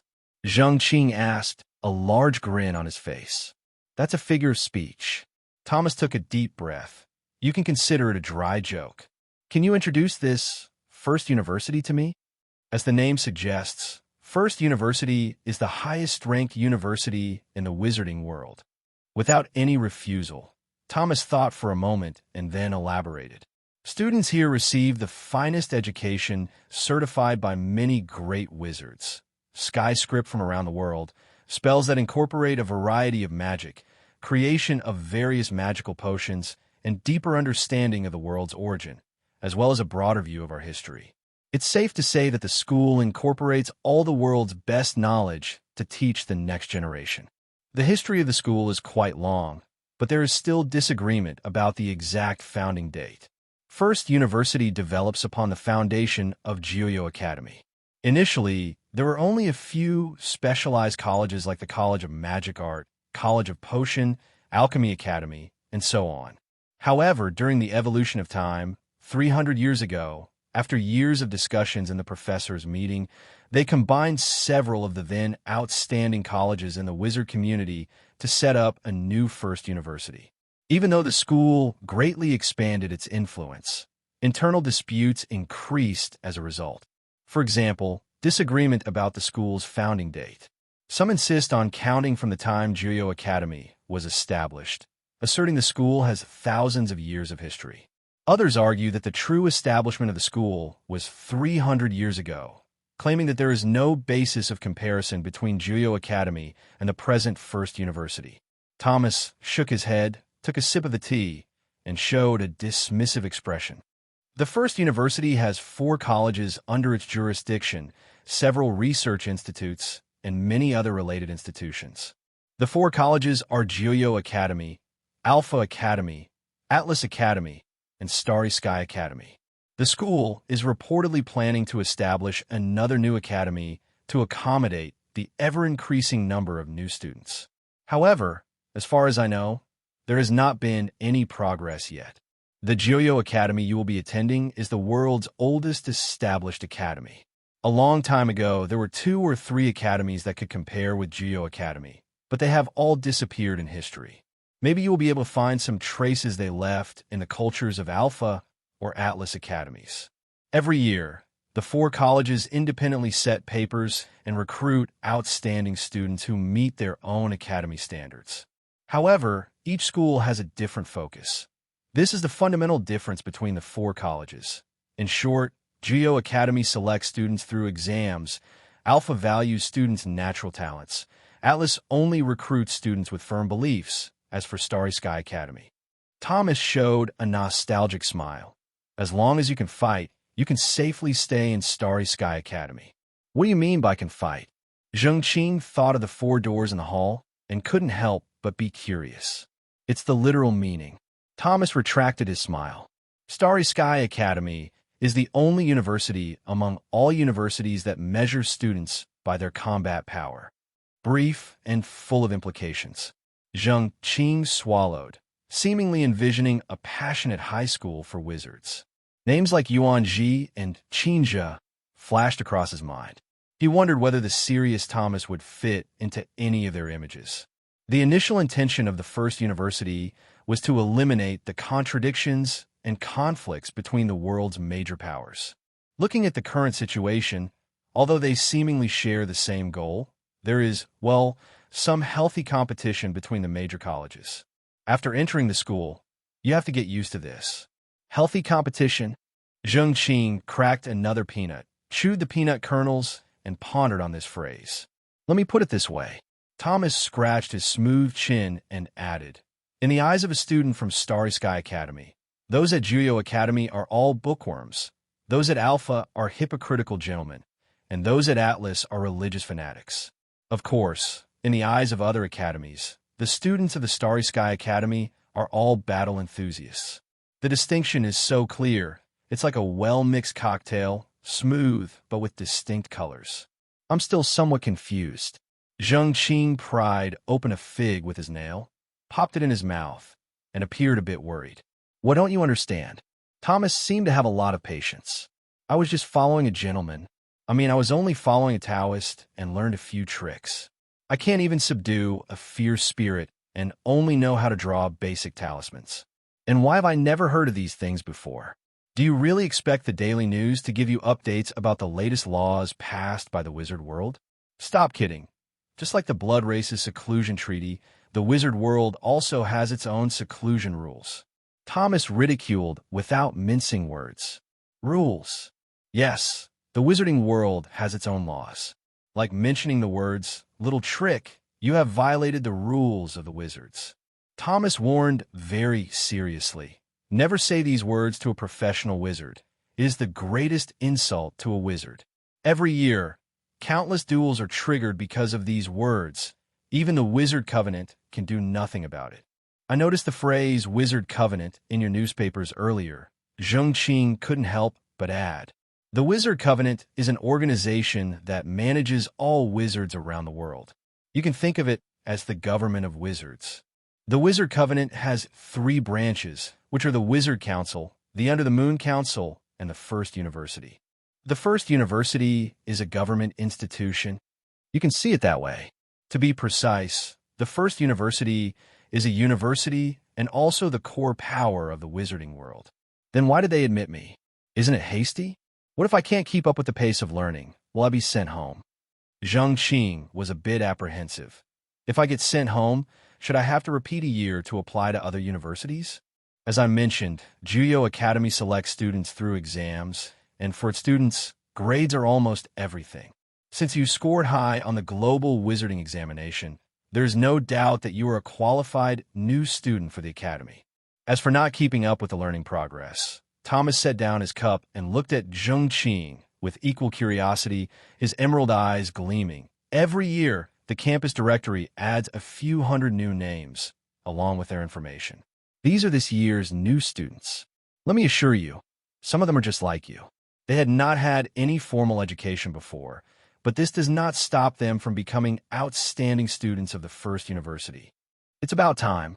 Before Zheng Qing could ask any more questions, Thomas stood up and motioned for Zheng Qing to come along. It's time to prepare something for you. I have to travel a few thousand miles tonight to report and write a report. Being an interviewer is not a fun job. There's still an interview. Zheng Qing just realized Thomas's role and asked a little nervously, do I need to prepare anything? Is there any interview material or something like that? From the moment we met, the interview has already begun. For new students at Juyo Academy, this interview is just a procedural thing. Your exam scores have already confirmed that you can assuredly be admitted to the First University. But Zheng Qing felt a bit apologetic for asking so many questions. Do my parents know about this stuff? How should I explain to them? My gentleman does not allow me to talk nonsense. No, they don't. Thomas replied in a gentle tone, opening the glass door and pushing Zheng Qing out of the tea garden while walking and talking. They don't even know the nature of the school you're going to. In fact, all they know is that the First University is a good school guaranteed by the Education Bureau and that you luckily got a full scholarship. The major you will be studying in their eyes is the very ordinary astronomy. Of course, we promise you will continue your studies for a master's and doctorate degree. It's just that the university is located abroad. Zheng Qing nodded satisfactorily, his hair bobbing along with his head. Let's see, what do you need? After exiting the tea garden, Thomas took Zheng Qing's notice and squinted to read it. Keep in mind, although there's a supermarket in the school, it is not a good supermarket. Many things are more worthwhile to buy in the market square. Your scholarship is very limited. This paper, After pulling out the light blue A4 size paper, Thomas merely skimmed over it before handing to Zheng Qing, saying, "If you have received intermediate education, actually elementary education would be enough, you would know how to proceed. Don't worry, these things are actually quite simple." Sensing that Zheng Qing was somewhat uneasy, Thomas comforted, "Although it involves some basics, the things studied at university are not greatly related to the basics you learned before, of course, except for some special disciplines. Judging for your knowledge, you should easily fit into this world." Zheng Qing sighed heavily, took the light blue paper where densely packed, regular script characters now appeared. He was more certain that he would definitely be the weak link in his class. First year, freshman astronomy class 08-1, Juyo Academy. Uniform, 2 standard issue plain red gowns, with a standing collar and right front, made from chilled silk thread. A set of 7 pairs of work gloves made from alchemy products or tannin produced from magical beasts. Evil dragon skin, deer skin, shark skin are all allowed. A black cloak, standard make, silk belt can be worn with it. Note: student cards are uniformly produced and issued by the school. Required textbooks, standard spells, College Freshman by Yao Xiaomi. Sky Texts Freshman Year by Emma Nettily. Basic Runes Freshman Year by Zhang Huaigu and Sima Yangyan. Standard Potion, First Year College by Li Qi Huang. Basic E-Learning, First Year of University by Yi Jiazi. Big History, World Modern History Volume, Wizard Education Publishing House, Modern History Compilation Committee of the Wizard League. Philosophy of Magic by Karl Strauss, published by First University Press. Note: other elective textbooks can be borrowed from the Juyo Academy's Book Mountain Library. Equipment: a Wizard's Book, first class standard issue. Must contain at least 5 spells. Pill Ding, any which is lower than a 3 fire level. A set of jade utensils, standard make number 3. Note 1. Talisman paper, talisman pen, etc. can be prepared by students, or you can apply for corresponding learning resources from the professor of relevant subject. Note 2. Do not bring dangerous creatures with a strong offensive. Do not bring organisms that are widely recognized as dangerous by international authoritative institutions. Do not bring puppets made by black magic. Note 3. Please bring a standard timer. What is this standard timer? It refers to mechanical clocks, electronic clocks, atomic clocks, and other timers that can measure time accurately. The school disallows non-standard timers like hourglasses, sundials, or even roosters. They are not effective in intricate magical experiments. Furthermore, there was a time when students liked walking around with a chicken perched on their shoulders, resulting in chicken droppings everywhere. The school staff complain a lot. Therefore, a standard timer is now required. But why do we have to carry a timer with us? Because the mission of a wizard is the precise cognition of the world, and time is the most standard measure of everything. To be more precise, the school makes it mandatory for you to carry a standard timer. The standard for everything? Zheng Qing found it a bit difficult to understand. Exactly everything. From macro to micro, distance to weight, degree of myopia to professional level of wizards, time is the ultimate measurement. 300 years ago, at the 5th Wizard Standard Conference, time replaced all other artificial measurements, becoming the foundation for all standards. I understand what you're saying, but why? This is why you need to study at the university. Is there a place in Pingyang where we can buy these things? Zheng Qing, staring at the legible paper, reads slowly and then asks cryptically, "No, not here, but you can go elsewhere. It's a bit far. In fact, this place is not really a wizard's gathering place. At most, there are some small markets where you can't buy standard equipment. You see, real wizard communities are extremely rare. There are only 3 or 4 places in all of China." As a competent interviewer, Thomas patiently clarifies for Zheng Qing. Where is it? Are these places unseen by ordinary people? Zheng Qing blinked his eyes.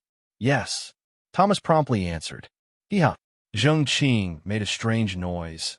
So, what if ordinary people find out? Well, Thomas was taken aback, then sighed. But they wouldn't be able to see these places anyway. Moreover, There are specialized agencies monitoring these things. They usually won't have any problems. And of course, if problems occur, it doesn't matter. After all, we are capable of casting spells. Oh, by the way, have you reached adulthood yet? At what age does one reach adulthood? Zheng Qing asked cautiously. 18. Thomas answered softly, his eye twitching. Hee, I thought you calculated age differently. The hair on top of Zheng Qing's head quickly dove into the rest of his hair as he murmured, My birthday is in April, as per the lunar calendar.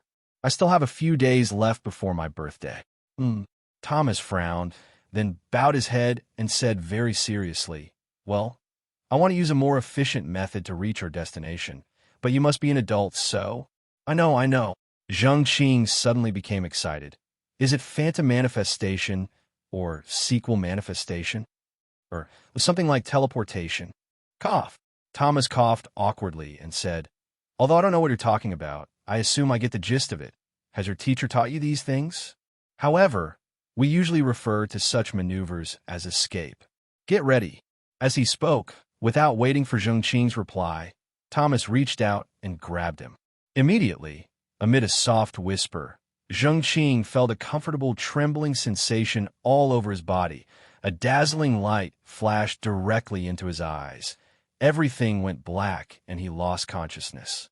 When Zheng Qing regained consciousness, the comfortable sensation had not faded and his body was a little weak. But all that he saw was darkness, and he could only tell that he was in a strange place from the noisy surroundings. Is it always so dark here? Not seeing Thomas, Zheng Qing was a bit nervous and hollered. The surroundings fell silent instantly.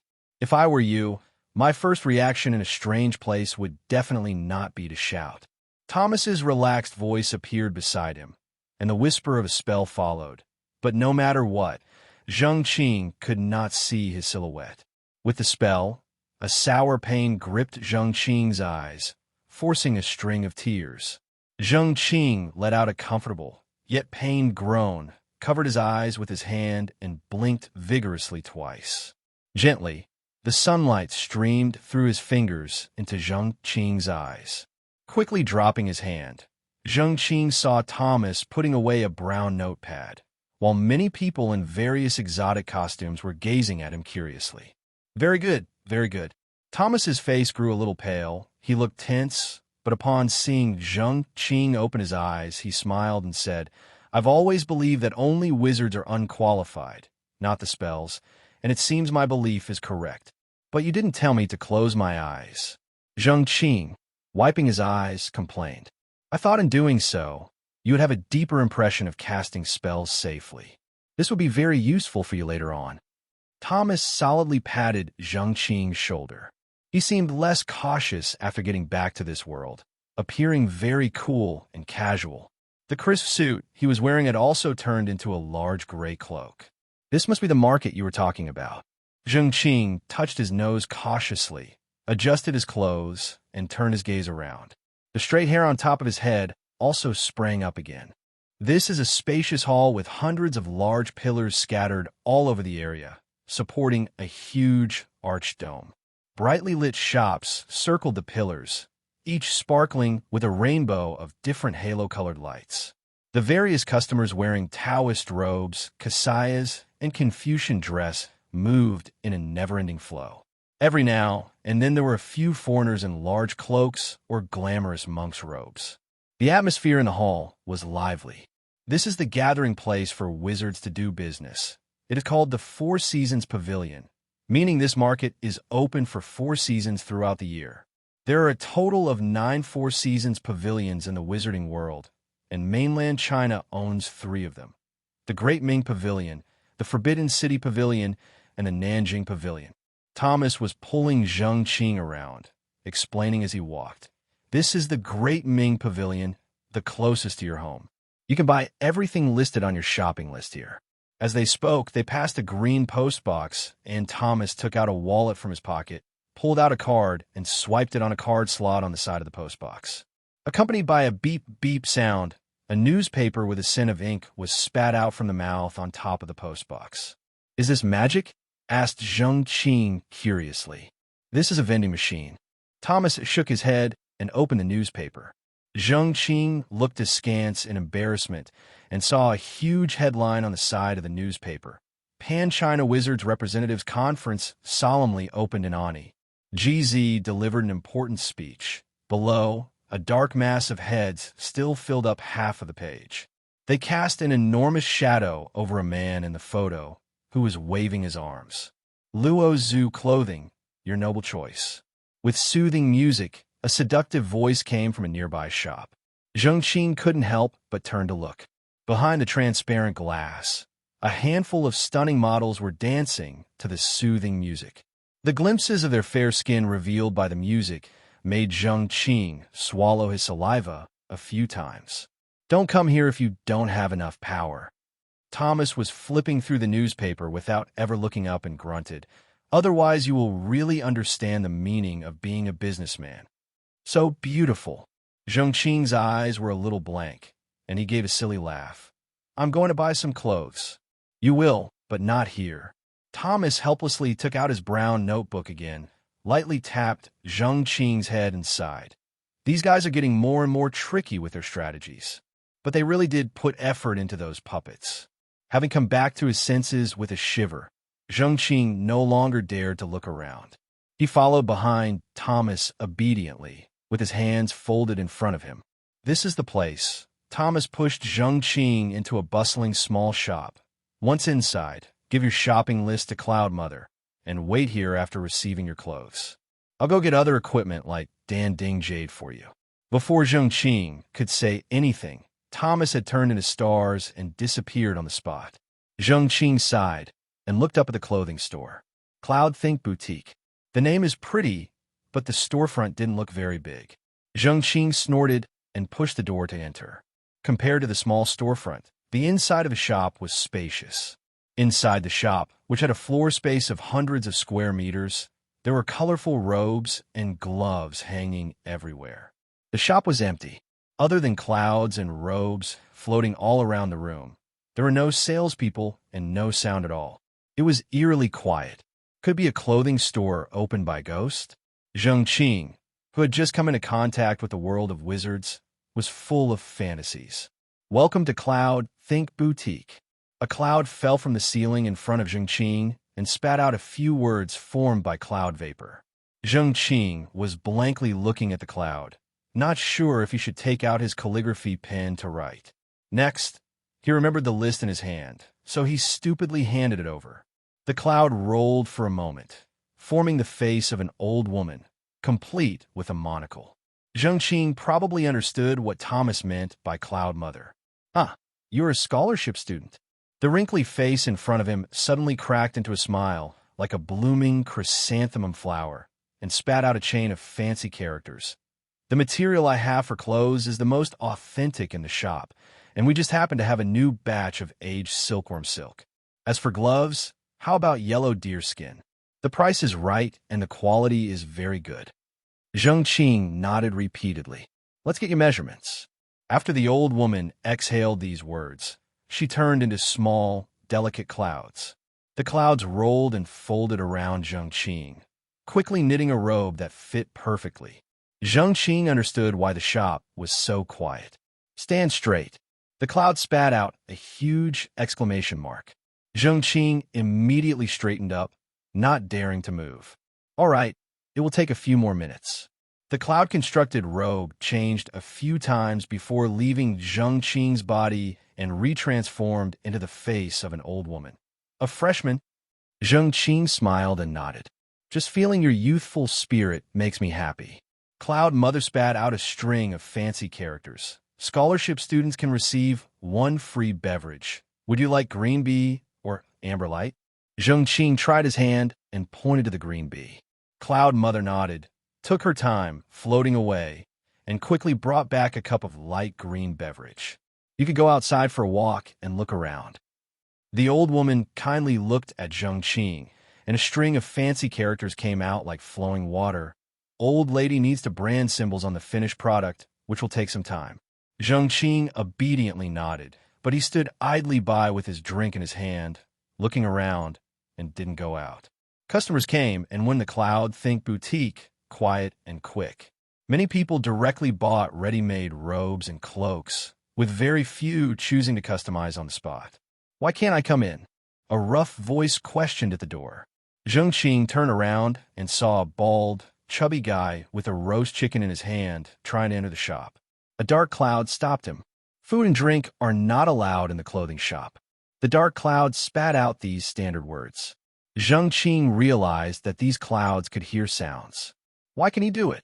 The chubby man squinted his eyes, noticed the cup in Zheng Qing's hand, and loudly questioned. "He is a scholarship student. The drink was provided by our shop." The cloud's response was short and inflexible. The chubby man was taken aback, shoved the chicken violently into the doulian on his shoulder. His greasy hands rubbed on the doulian for a while, then turned back to the dark cloud. The dark cloud silently floated to the side. The chubby man, with his triple chin shaking, squeezed into the clothing shop. Zheng Qing looked at the strange scene in front of him, feeling slightly lost. At this time yesterday, he was talking enthusiastically with his high school classmates at the dinner table, reminiscing about the past and her, and looking forward to a promising future in 3 to 5 years. Today he found himself deep into this magical world, watching clouds spit out words, clouds weaving clothes, and clouds blocking the road. Life is strange like this at times. You never know what you will be facing the next day. Why isn't there anything suitable? This is discrimination. Naked discrimination. The uproar interrupted Zheng Qing's thoughts. Turning around, he saw the fat man who had just squeezed into the shop waving his stubby arms, desperately screaming. "I'm going to file a complaint. I will complain to the Four Seasons Management Committee, and I will report this to the Public Security Bureau." But even the largest cloud mother in the shop can't fully measure you. The old woman helplessly vented out a string of large regular script words. "We are truly sorry, customer." Looking at the triple-chinned, bald head that looked like an ostrich egg, and the body resembling a small hill, Zheng Qing couldn't help but giggle. Two piercing eyes glared at him fiercely. "What are you laughing at?" Zheng Qing's face flushed, somewhat at a loss. "They just said you're a public-funded student?" The fat man bulged his belly and moved heavily towards Zheng Qing, looking down on him. At least 2 meters tall, Zheng Qing secretly estimated. The small groups of clouds in the shop began to drift over. "A public-funded student of the First University?" the fat man asked again. Zheng Qing nodded, taking a small sip of green bee. The beverage was aptly named. It was jade green and icy upon entry, with a sting like a bee, but warmed up comfortably in the stomach. Quite soothing indeed. It tasted like a very light wine. Being a publicly funded student means you can look down upon and mock others, the fat man proclaimed indignantly.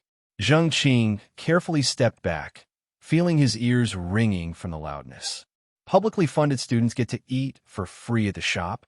The fat man strived to open his small eyes as he glared at Zheng Qing. Zheng Qing held a mouthful of green bee, unsure whether to spit it out or swallow it after hearing this. The sharp pain of the bee's sting fermented in his mouth, reddening the rims of his eyes. "Pull out your law book and let the curse clear my shame." The fat man assumed a singing pose, pulled out a thick, bulging softcover book from his greasy doulian, and waved it around. The strange low chant and the flickering glow from the book gave off a slightly ominous atmosphere. "What's a law book?" Zheng Qing hastily swallowed the green bee and cried. "What's a law book for?" The fat man's triple chin quivered, and his beady eyes narrowed further. He came from his throat, but he didn't utter a word. Zheng Qing held his cup of green bee, looking dumbfounded. The softcover book was eventually shoved back into the doulian. Zheng Qing sighed with relief and finished off the remaining half cup of green bee. The strong sting made him blink forcefully. "I'll be back later. I hope there will be suitable cloud closed by then. Otherwise, I will definitely complain to the school and to the Four Seasons Pavilion." The fat man stormed off, expressing his dissatisfaction to the side cloud mother. A few polite dark clouds escorted him out. These young ones are getting more and more impolite. A clean white cloud floated towards Zheng Qing and shaped into the cloud mother's distressed face. It blew out a ring and vented out a string of words. "Unacceptable. More and more unacceptable. Bad manners, even worse figures. Young man, this is your school robe. A large bag was handed to Zheng Qing. Upon opening the bag and counting its content, it contained 2 of his robes, a cloak, and 7 pairs of deerskin gloves. Thank you for the drink. I appreciate your help. He returned the cup, took the bag of clothes, and showed a bright smile to the Cloud Mother. We welcome you back anytime. Cloud Mother cheerfully saw him out of the shop. On the street, Thomas was holding 2 cups of jade green drinks and waving at him. I just had this in the shop. Zheng Qing clinked his cup with Thomas's, took another sip of the pale green liquid, tasted the stimulating taste of the green bee, and couldn't help asking, why do I feel that Cloud Think Boutique has some special perks for public-funded students? It's not just a feeling, it's the truth. Thomas rummaged through the bag Zheng Qing had brought and took a sip of green bee, savoring it. Being a public-funded student means you have great potential, so great that the school is willing to train you for free. The merchants of the Four Seasons Pavilion also like to add icing to the cake by granting you some costless privileges. This is your toolbox. With that, he handed Zheng Qing a yellow wooden box that was 1 foot high and 2 feet long. Thank you. Zheng Qing nodded, took the box, and continued to ask, I have been meaning to ask, why are those school robes made of peculiar materials? School robes woven from cold silkworm silk can help keep your mind clear during usual times, which is the most important when doing experiments. As for gloves, they primarily block poisonous and harmful substances during experiments. Your deer leather gloves will suffice for college use. Of course, evil dragon skin is better. It can even isolate heat. It can be used for some high-grade experiments, only that it's quite expensive. If you happen to conduct this kind of experiment, you can apply for the school's public gloves. What is an evil dragon? As Zheng Qing opened the box and started rummaging through it, he casually asked, It's similar to the dragons in the West from the Zogan clan, with a resemblance to lizards, but with wings, different from the Oriental flood dragons. You should know this. Why are there things like electronic scales? I mean, do we also need to learn to repair machinery? Zheng Qing, who was squatting down, raised his head and held up something resembling an awl, looking at Thomas questioning.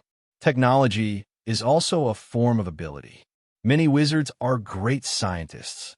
Thomas answered succinctly. Then I don't have to worry about not finding jobs after graduation. Zheng Qing finally felt a sense of security, put away the toolbox, and said with some excitement, I always thought it would be hard for wizards to find suitable jobs. What is a wizard? Thomas counter-questioned. This was indeed a big question. You said before that monks, priests, superpower holders, even vampires and werewolves are all considered wizards. Zheng Qing furrowed his eyebrows, pondering slowly. Like astronomers, geographers, chemists, mathematicians, they are all considered scientists. If scientists are people who discover problems and then use logic and knowledge to solve them, then wizards should be those who discover problems and then use supernatural abilities to solve them. Your view is a bit narrow, but the analogy is quite apartment. Thomas nodded with approval. As you said, since wizard can solve problems, would you still worry about not finding a suitable job? Zheng Qing was speechless. The shops in Four Seasons Pavilion are all set up around large stone pillars. Shops under each pillar are engaged in similar businesses. Next to Cloud Think Boutique, there are 2 more clothing stores. One is called Green Chiffon, and the other is Ground Brush. Not far from this pillar, under another stone pillar, there is a stationery store with 4 big characters on the sign at the entrance. Pen and ink are cold. There is a bookstore on either side of the stationery store. The one on the left is called 3 Flavor Bookstore. On the right is the Sanyu Bookstore. Zheng Qing stood in front of the Sanyu Bookstore, looking bewildered. From the age of 8, he trained with his master's calligraphy. He spent his childhood, adolescence, and youth in the Sanyu Bookstore. 10 years can make people forget a lot of things, and it can also make people remember a lot of things, like the name of the bookstore, the layout of the bookstore, and the smell of the bookstore. The Sanyu Bookstore in front of him was just like the shop his master used to run, from the name to the layout, except the scent was slightly different. Because this bookstore was closed, it carried the smell of abandonment. The door was tightly shut, and a thick layer of dust had settled on the eaves of the house and the edges of the windows. It looked like no one had visited for a long time. Zheng Qing leaned in. Viewing through the dim glass into the bookstore, everything was pitch black. There were one or two vague green dots. He wasn't sure if his eyes were playing tricks on him. The textbooks are at the 3-flavor bookstore. Thomas called from not far away. Over here. Zheng Qing slapped the dust off his hand and reluctantly left the windowsill. Inside the room, a yellow-flowered cat blinked, sneezing, and blew up a cloud of dust. The situation of the two bookstores on either side of the stationery shop was completely contrasting. The 3-flavor bookstore had a lot of customers, and most of them were young people coming and going. According to Thomas, this store, like Cloud Think Boutique, were both affiliated merchants of the First University. Many of the school's purchasing requirements were based on their standard. First University, the required textbooks for new students. Scholarship students. Thomas said concisely and clearly to the clerk behind the counter. Please wait. The clerk produced a professional standard smile, wrote a few words, crumpled the paper, and threw it away. The crumpled paper floated into the air, turned into a flying crane, and gracefully flew to the back of the store along the aisle. Why is the bookstore next to it closed? Zheng Qing watched the paper crane with envy while he casually asked, the names of these two bookstores are so similar. Do they have the same owner? His intuition told him that the closed Sanyu bookstore next door was the Sanyu bookstore his master used to run. But why his master left here and secluded himself in that regular neighborhood is worth investigating. Countless conspiracy theories, love, revenge, and many other plots of martial arts stories were rolling and spinning in Zheng Qing's mind. He had to be careful, not fearing to cause trouble for the master. The stiff smile on the face of the 3-flavor bookstore's clerk didn't change at all.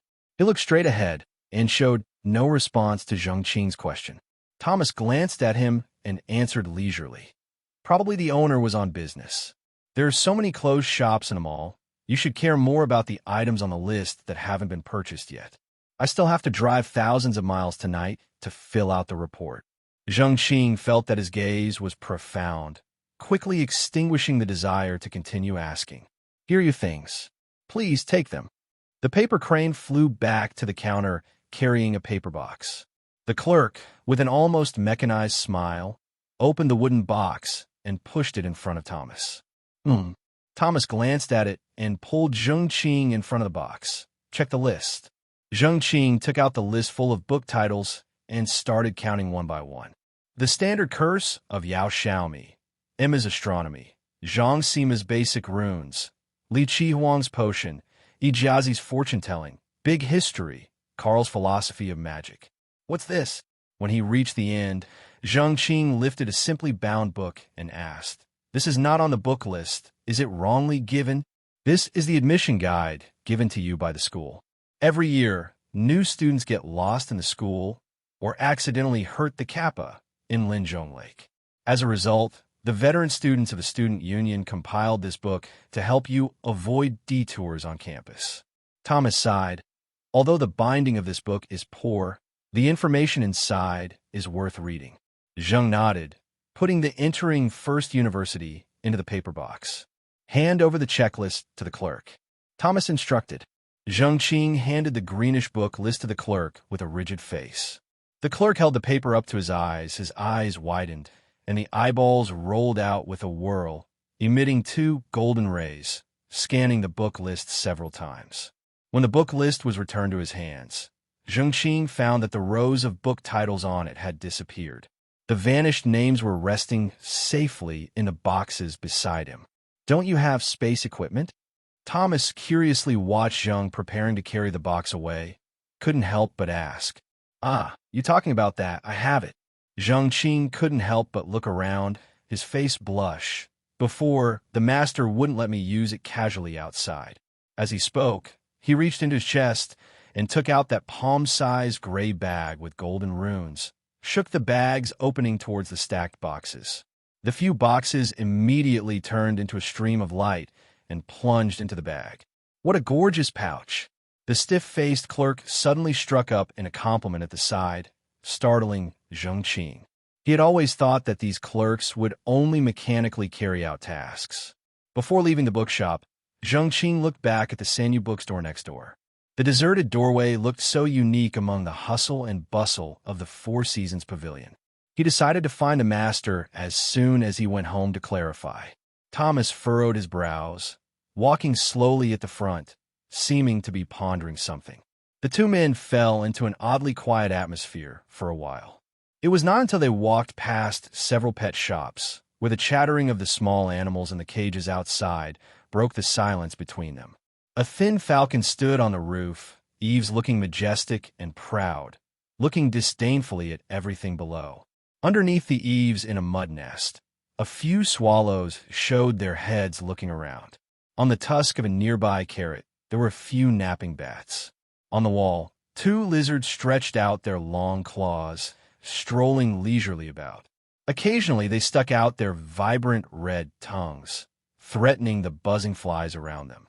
On the open ground in front of the store, three kittens were beating up a fat rat. At the side, a rabbit was watching attentively with its carrot in hand. These little things are really fun. Zheng Qing gritted his teeth at the miserable big rat, muttering to himself. Yes, Thomas came back to his senses, a satisfied smile on his face. The biggest difference between us wizards and the common people is our awe and love for nature and the bond we have with these natural companions. As a wizard, you may not like spells, but you will undoubtedly enjoy these little animals. Can I buy one then? Zheng Qing perked up upon hearing this, quickly lifting his head, his eyes showing a trace of desire. No, Thomas shook his head decisively. You are a scholarship student of the school. Your scholarship is only enough for you to prepare learning tools. Even your living expenses are something you need to figure out on your own, let alone pets. Zheng Qing lowered his head in disappointment, but quickly raised it again, his eyes flickering, and asked, Can I exchange the money I have for the currency used here? Of course. Thomas's face turned slightly red. Currency exchange is elaborately explained in the admission guide. You can refer to that later. However, buying wizard goods with muggle money has never been a good deal, just like with that black bat. He pointed to a black mass suspended at the top edge of the showcase, saying, The black bat has no special abilities, nor is it some advanced pet. But if you pay with outside currency, its price would amount to about hundreds of thousands, not to mention a 10% processing fee. Zheng Qing immediately turned his head away, giving up his initial idea. Don't you already have a pet? Thomas asked, looking puzzled. Having one pet is enough. They're quite sentient. If you keep several different pets, they are likely to conflict with each other. I have a pet. Zheng Qing looked surprised. There were, in fact, two small animals in his house, a hamster and a puppy. The hamster had somehow made its way to his home and built a small nest on the balcony made of sawdust and cotton scraps. The little rascal was quite intelligent and would tidy up its droppings and other mess on its own, then throw the waste outside when the balcony window was open. When Professor Zheng discovered this, he was quite surprised. Old people always have certain tidiness habits and worries. So under his strict orders, the hamster officially moved onto the balcony, occasionally enjoying some food from Zheng family's offerings to the gods. The puppy was from a pregnant stray that Zheng Qing had come across on the roadside not long ago. The puppy's mother disappeared without a trace after giving birth. Zheng Qing worried that she had been caught by someone to make dog meat stew, but despite several days of searching, there were no results. Although there were these two little creatures at home, Zheng Qing didn't think of them when Thomas mentioned pets. Just like some people love entrepreneurship, they didn't necessarily love the stress and pressure. They just loved the financial freedom that came with successful entrepreneurship. As the saying goes, it is for the belly, not for the eyes. The pet that Zheng Qing had in mind was a wizard's pet. Having only truly made contact with the wizarding world as an adult, Zheng Qing always felt a subtle sense of alienation between himself, Thomas, and the Four Seasons Pavilion. Even as he walked among robes and cloaks, he was still the high school graduate he was. It wasn't so much that he needed a pet. He needed the sense of authenticity that a pet would bring him to the wizarding world. Your little fox at home, As Thomas casually spoke, he was still busily looking at the shops around him, occasionally lowering his head to look at the mobile phone in his hand. Although it's not a powerful spiritual beast, being a member of the Demon Fox clan, it's still a pretty good pet. Here we are, Shangyuan Bookstore, the designated authorized dealer by the Wizards Alliance. Are you referring to Poseidon? Isn't that a puppy? Poseidon? Quite a potent name. Of course, I'm certain it is a demon fox. I'm not sure how you acquired it, but it's clear that it has become your pet. As Thomas pointed at a solemn and ancient-looking building in front of him, he said to Zheng Qing, "Now, you should go and buy your magic book. As the most crucial tool for wizards to cast spells, you need to decide on which one to buy. The only advice I can offer you is to trust your intuition. Does everyone use magic books?" Zheng Qing looked up at the wooden carving of an open hardcover book on the store sign and seemed a bit nervous. Yes, yes. An impatient look suddenly appeared on Thomas's face, which made his otherwise stern demeanor seem more oppressive. I should have anticipated that you would ask that question. Yes, always believing in the power of your own hand seals, just like the ninjas in Japan who only trust the speed of their incantations. Can't you imagine a method of spell casting that is both potent and swift? Why are you always doubting the authority? I was just curious. Zheng Qing thought Thomas's agitation was a bit inexplicable. Go in, and I will wait for you here. Thomas's voice was a bit low. Spell books, also known as magical books in the purchase list. According to Thomas's explanation, spell books are the primary means for wizards to execute spells.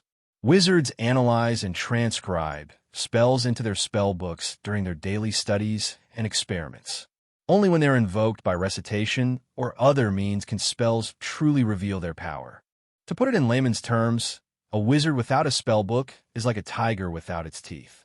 The entrance decorations of a Shangyuan bookstore were elegant and solemn. The black steps and floor were engraved with complicated runes, and the dark red, heavy wooden door was unusually simple. Only a sign with the words Shangyuan hung above the lintel. Behind the counter at the entrance was a large showcase, filled with various certificates. Wizards Alliance special permit for the production and sales of spellbooks. Under the Moon Congress, designated dealer for Bologna spellbooks. Luofu, designated dealer for Song Edition spellbooks. Partner of the First University Institute for Magic Book Research. Rows of honors and franchises were displayed, demonstrating the store's confidence. Good afternoon. The shop assistant was tall and thin, wore a long green robe, had small round glasses, and greeted Zheng Qing with a beaming face. I am the business manager of Shangyuan Bookstore. You can call me Xiao Yuan. Are you a freshman starting this fall? What kind of magic book do you need? Zheng Qing didn't rush to answer. Many wooden display cases were arranged in the store, covered with thick, transparent glass. Through the glass showcase, one could see neatly arranged magic books on the shelves. I would like to look around first and learn more, Zheng Qing said vaguely. Thomas had emphasized several times that the spellbook was very important to a wizard, and that the selection of a spellbook required the wizard's intuition. What is intuition? Zheng Qing was a little confused. Circling a few showcases, he gazed at those gorgeously formatted books for a long time, but he didn't feel any caprice or instinctual connection. Over here are Western-style hardcover books. Xiao Yuan, the nearby business manager, saw Zheng Qing stopping to look at the showcase and swiftly came over to introduce it. If you want to take a closer look, we can take it out for you. Zheng Qing hesitated for a moment and nodded. Xiao Yuan removed a pair of clean, soft gloves and took out the thick magic book from the showcase, carefully flipping it open. This edition is from 17th century Venice. It continues the usual grandeur of Venetian styles. The calfskin from Baden-Württemberg, with silver runes inlaid, golden edging. The four-edge painting is the Calming Mind spell. And of course, if you want, we can also find another Venetian edition with a four-edge painting of Lament Bridge Kiss. Young people all love that style. See, the corners of this book are wrapped in silver, and a master has depicted the 5 aggregates exorcism spell on the frontispiece. Even if you do not record spells, you could still scare off several fierce spirits simply with this book. How much? 18 jade coins if you're interested. The shop assistant smiled and nodded, handing Zheng Qing a pair of gloves. "It's a bit heavy." Wearing the gloves, Zheng Qing weighed the book in his hand, shaking his head. "Take a look at this one, a 17th century Bologna edition, half the weight of those from Venice. Beautifully bound, with top-grade leather from Camilla. The base pattern is adorned with scales from the Aegean Sea mermaid, and the edge is gold-dipped, featuring the tail of Poseidon and the 4 little angels. On the spine, there are 5 gold lines creating the ridge. The upper part is left blank for you to engrave your symbol. The title page has Athena's prayer, printed on Hatipha's linen paper, which feels extraordinarily pleasant to touch. How much is it? It is available for a gracious price of 23 jade coins." The manager, Xiao Yuan, beamed at the prospect. "It's too expensive, way too expensive." Zheng Qing delicately returned the book. "What about this one? An 18th century Ashmore edition, simple and solid. Bound with northern sea Brent shark skin, it has a smooth texture. The tips are beautifully painted gold, presenting a faint blue hue, which is a unique trait of shark skin. It's succinct and clean. The bookmarks are made of ice silkworm silk, and the inner pages are semi-transparent fishskin paper, perfect for frequent spell notations. How much is it? It's yours for a gracious price of 15 jade coins. There's still a bit too much of a fishy smell for me." Zheng Qing regretfully stroked the cover before returning the book. A few more were inspected, and all their prices made the visitors gasp. Scholarship funds are limited. They couldn't be spent all at once on one law book. He decided to look around more. Following the bookstore assistant around a bookshelf, Zheng Qing spotted a familiar figure. The chubby man from Cloud Think Boutique. This time he was not holding a roast chicken, and the dolian on his shoulder seemed much cleaner. He was frowning, clearly bored, as he followed the store clerk around, choosing a law book. Zheng Qing did not like this guy with a head the size of an ostrich egg. He halted, planning to go to another showcase. But the ostrich egg moved and caught sight of Zheng Qing's figure. "Ah, the scholarship student is here." The plump man used his boisterous voice to shatter the tranquil atmosphere of the bookstore. "I forgot to ask, are you a freshman scholarship student this year?" The customers, originally leisurely browsing the books in the store, all raised their heads, directing their gazes towards Zheng Qing. Zheng Qing seemed to hear some whispering. "Yes," he simply replied. His ears started to feel a little hot. He felt embarrassed. His childhood experience with illness made his personality somewhat sensitive. He disliked standing out, disliked independence, disliked being watched with different eyes by others. After starting school, his favorite phrase was indistinction with others, the magical water that benefits all creatures without competing with them, indistinct in its brilliance, indistinct in its filthiness. No one in the world can speak against it. However, the loud greeting from the chubby man put Zheng Qing under everyone's examining gaze. It was not a good feeling. "No wonder you don't have a law book. My brother was also a student on full scholarship at Wizard University, and every year the school would give him a stack of paperback law books as gifts. The very one I was just using." He patted his dolian. Zheng Qing thought of his thick, yellow, soft-leathered book. If you stacked up 3 of those soft leather books, it would perfectly recreate this chubby guy's chin. Thinking of this, his mood became a bit better. "But I want a new law book. It's not presentable to take these paperback editions out while on the road. I told my brother I must have a hardcover classic edition of the law book, just so that I wouldn't embarrass him." You see, he was also a scholarship student. The chubby man continued, oblivious to those around him. In his loud voice, "He started school last year, and there were only 5 people who received full scholarships in his class, unlike this year. Do you know how many people received full scholarships this year?" Zheng Qing shook his head without uttering a word. The curious gazes from around the room still lingered on him, making him feel uncomfortable. "I also don't know." The chubby one laughed. "I was just trying to bluff you. Seems like scholarship students don't know much more than the rest of us, normal students." There were bursts of light laughter from around him. It seemed that they found the chubby man quite amusing. Zheng Qing tried his best to ignore the disturbance. He came here to buy a law book. He had to choose a suitable law book for himself based on his intuition. This law book would accompany him for a long time in the future, and it was one of the fundamental conditions for his success at Wizard University. He took a deep breath and smiled at the bookstore manager, Xiao Yuan. Manager Xiao Yuan very tactfully moved closer to him, pointing at a stylish law book in the showcase, and asked, "How about this one? To my knowledge, every year there are scholarship students who grab this book." Zheng Qing tightened his grip on his soft leather gloves and received the sample book passed over by Xiao Yuan. This is a 19th century Paris edition. It's flashy and pretty close to modern elegance. Although it's two-layered, Romanian fire dragon skin is always very sturdy and can be cut into 5 or 6 layers. In this case, with 2 layers, the feeling and texture are just perfect.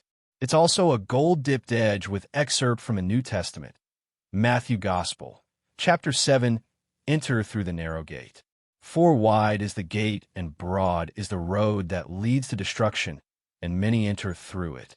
But small is the gate and narrow the road that leads to life, and only a few find it. He recited with a deeply passionate tone. How about I buy this one? Suddenly, the chubby man squeezed in between them, grabbed the law book from Zheng Qing's hands, and wondered, I remember some of my brother's classmates also bought this book. How much is this one? It's available for a gracious price of 13 jade coins. Xiao Yuan proffered a wide grin, praising the chubby man's discerning eyesight. The chubby man's original guiding manager glared at the customer who had abandoned him midway, remaining silent. Zheng Qing curled his lips, offering no comment. He seriously doubted whether this chubby guy could walk through the narrow gate, as mentioned in the Gospel. Moreover, he felt that this sloppy chubby guy would still appear to be an unimpressive figure holding any kind of flashy law book, because the impression of holding a thick, dull yellow, soft leather book seemed to have firmly imprinted itself onto him. Which academy are you from? Looking at the bookstore manager packaging the Paris edition, the chubby guy suddenly turned around, staring with his small eyes at Zheng Qing. I almost forgot to ask. Jiuyou Academy. Zheng Qing quickly replied. He hoped this chubby guy could disappear from his line of sight as quickly as possible. I guessed as much. An academy of bookworms. The chubby man nodded, as if all were as he expected. Just looking at your appearance, it was easy to tell that you were not from the Alpha or Atlas. If you were from the Starry Sky Academy, even if you didn't have a law book earlier at the Cloud Think Boutique, you still would have rushed over with your fists. Zheng Qing silently eyed the thick sample book next to his hand, unsure of whether he should throw it at his 3-layered chin. My brother is from Atlas, but this year I was assigned to the Alpha Academy. The chubby man still didn't stop talking. Comparatively speaking, I still find it acceptable. After all, Alpha Academy consists of well-educated students. If they had let me into Jiuyou Academy, I'd rather drop out. My brother once said that wizards who excel in exams are not necessarily powerful ones. So you must be doing very poorly in exams. Zheng Qing responded definitively with a nod. The chubby man frowned, feeling that there was something wrong with Zheng Qing's response. Excuse me, sir, your law book is all packaged up. Please come over and check. The bookstore clerk invited the chubby man, puzzling over Zheng Qing's response to the counter. Zheng Qing placed the Western-style hardcover law book back into the showcase and turned towards the manager, Xiao Yuan. Do you have any law books in the Huaxia style? These Western styles seem a bit too flamboyant. Magic books are the medium used by wizards to transcribe spells. Just as we can carry a raging fire, pottery can hold clear water. Different spells have different functions, and their requirements for the medium also vary. For instance, a fire spell, if recorded in a law book made of fish skin, will be affected by the heavy Yin energy. Therefore, the Ashmore editions are often used to transcribe water spells. The Paris editions are used by Catholic monks for singing praises, and the Venice editions often appear in the hands of dark creatures. Zheng Qing knew nothing about these details, but his instinct led him to reject the magic books he had seen before, with their gorgeous exteriors and exquisite designs.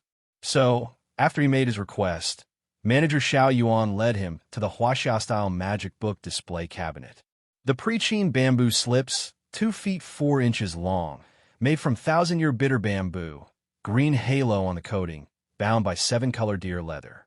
The outer slip is carved with the entire barrel ambush fire spell, and the lining is designed to be replaceable multiple times.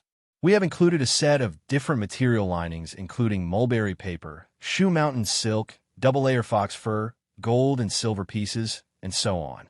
You can reorder comfortable materials from our store after using the lining.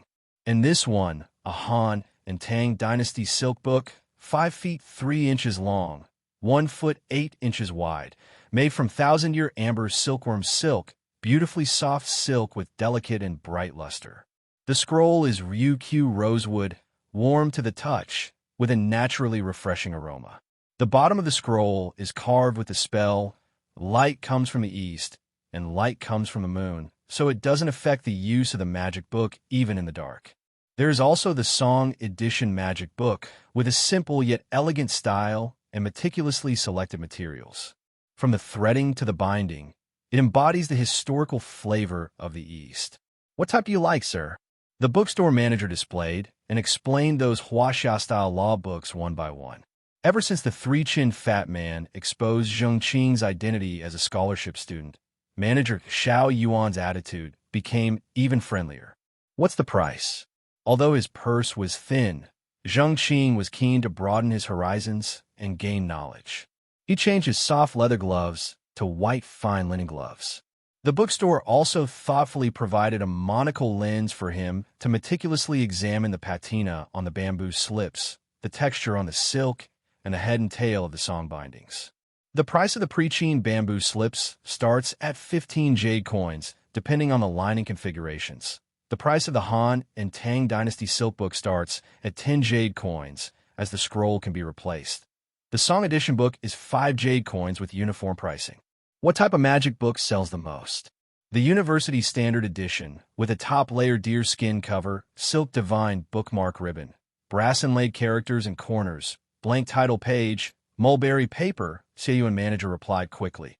As it is a standard edition with limited durability, students usually replace it once per semester, discount price 1 jade coin. I see. Zheng Qing pondered. Given that you are a scholarship student, if none of these meet your requirements, our store can also customize a magic book for you, which will surely satisfy you. Seeing Zheng Qing's indecisiveness, manager Xiao Yuan positively recommended. The Shangyuan bookstore has Wizard Alliance certified magic book craftsmen. You can totally trust us. It must be expensive. Prices start from 1 gold bean and go up as per the materials and requirements which you specify. As a scholarship student, you also get a 30% discount on the labor costs. Let me take a look. Zheng Qing was secretly delighted, estimating whether he could buy a magic book with 3 or 5 gold beans. Jade coins, gold beans, silver horns, and coppers are the several types of currency in the wizard world. 1 jade coin can be exchanged for 10 gold beans. If the issue of the magic book can be solved with 3 or 5 gold beans, he can save at least 6 or 7 gold beans. According to Thomas, he could have 3 meals a day at college with a handful of copper coins. He estimated that 6 or 7 gold beans would be enough for his living expenses for a month. His full scholarship was only 10 jade coins. He needed to buy all the necessary school supplies on his list and consider some other costs after getting into school. Zheng Qing found himself a bit tight on budget. Ever since he learned about the currency exchange rate, he had given up on asking his family for money. Since there were currently no ways to increase income, he had to learn to save every penny. Please follow me. Manager Xiao Yuan led Zheng Qing to a small door deep inside the bookstore. The blue double wooden door was very out of place with the overall dark tone of the store. Protective runes were engraved on the door frame around the wooden door, and a Baxian Lera New Year's painting was hung on the door. The painting was a bit old, and its color had faded. The 2 gods were sitting lazily and playing cards at the foot of the painting, and when they saw someone coming, they just waved a hand to show they knew. Zheng Qing swallowed. As per the rules, I can't go in. As manager, Xiao Yuan opened the door and gestured for him to enter. He made an apologetic expression. The room was a bit dark and the doorstep was a foot high. Zheng Qing looked around and carefully stepped over the threshold. The wooden door gently closed behind him. The room was dim and quiet, filled with the fragrance of aged wood, causing Zheng Qing's nervous heart to gradually calm down. The room was large and spacious. There were burning torches hanging on the walls around the room. In the center of the room, there was a huge counter. It was the most conspicuous thing in the room. On the counter was a pile of white hair fluttering in the torchlight. "Is anyone here?" Zheng Qing's throat was a bit dry, causing his voice to tremble slightly. After swallowing, he approached the counter, preparing to call out again. Before he could speak, the pile of gray hair suddenly floated up. An old face, wrinkled and dry like a dried walnut, appeared in his field of vision. Zheng Qing was startled and immediately reached out to grab the gray bag stuffed in his harrow. The old man's dull eyes rolled and slid over the bag. Then he lowered his head, and his dried-up face disappeared behind the large table again. "Hello." Zheng Qing moved backward, keeping a distance from the counter. He hesitated for a moment, and then bowed slightly. When he looked up, the old man had already come up again. His wrinkled face was almost pressed against Zheng Qing, and his lifeless eyes stared at him intently. "Hello, Zheng Qing was startled, attempted to retreat, but the old man reached out without hesitating and firmly grabbed his collar, pulling him forward. Although he looked like a thin old man, his hands were like iron clamps, causing Zheng Qing's neck to ache from the grip.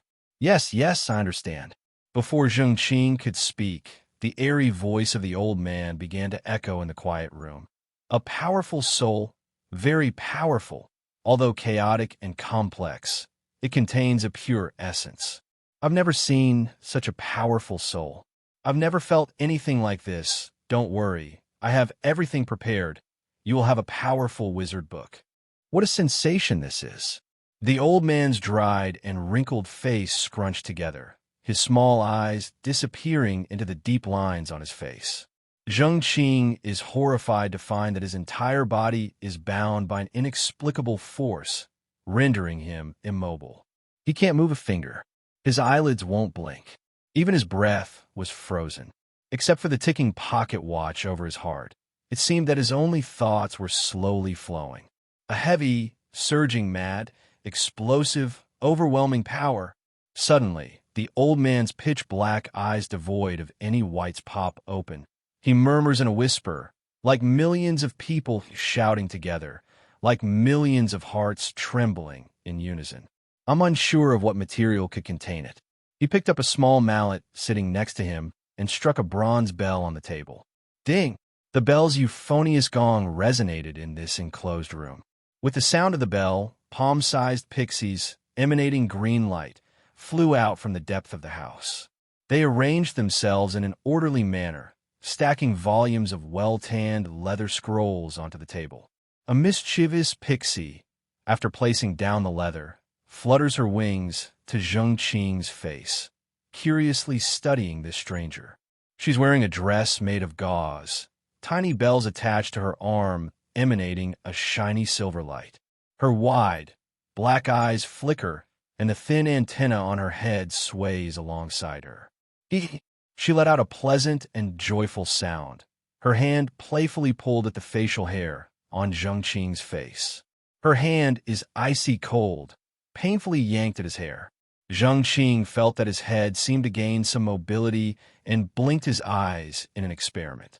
The pixie, as if startled, darted away and turned into a streak of light, disappearing into the darkness of the room.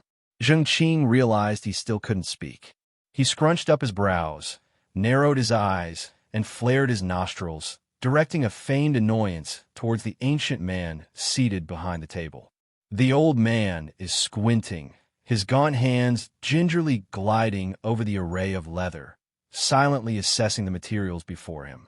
Thud, thud, thud, thud. He rhythmically tapped at the scroll with an emaciated finger, consistently and tirelessly, reminiscent of a woodpecker pecking at wood. The dragon's hide is too tough. The second hide is too soft. Seven-colored deer's skin is too thin and cannot carry such a heavy soul. Pig skin is a decent option, but its lethargic property could impair spell casting. Mulberry paper is too brittle. Not good, not good. Bamboo slips and fish skin possess overpowering attributes, a great waste of this soul. The old man chatters on, his whispering filling the air just as he unceremoniously sweeps all the leather off the table. His body floats like zero gravity, suspended midway to air. Zheng Qing is mortified to find his own body involuntarily floating as well. A substantial power of the earth, an overwhelming power of the river and the sky, a wild power of gales, an explosive power of wildfire, all four elements. What kind of presence does this hold? The old man's nose now up against Zheng Qing's body. He inhales deeply in curious examination, continuing his muttered ramblings. Everything has a spirit. Each wizardry book contains a unique demon spirit. Casting a spell is to amplify wizardly powers exponentially by resonating this demon spirit with heaven and earth. Even spirits of the great demons are not this violent. Could be a beast or a fairy. Impossible. I figured it out. The tan hide has been conditioned. Why not try rawhide instead? Why always stick to the same old methods? The old man floats back, disappearing into the darkness in a blink. Only the disconcerted Zheng Qing is left suspended midway in the air across the table in the empty room. The small green elves returned again. They gathered the scattered skin under the table and all retreated. Only a few little beings called Hee happily flapping their wings came close to Zheng Qing's eyes. One by one, they held up something as small and shiny as a grain of rice, dropping it into Zheng Qing's front pocket. Then they landed on his head, plucking a single hair. Zheng Qing blinked in anger, but this time none of the elves ran away in a panic. They sang songs in Hee, each carrying a strand of hair and flying back deep into the house. Zheng Qing started missing the terrifying old man. After a long time, the old man finally returned. He was surrounded by a broken and gray piece of skin. If the skin brought by small elves seemed clean after being tanning and washing, then this gray skin seemed freshly peeled from some beast, still with fresh blood and remnants of flesh clinging on it. Zheng Qing felt a chill down his spine watching it.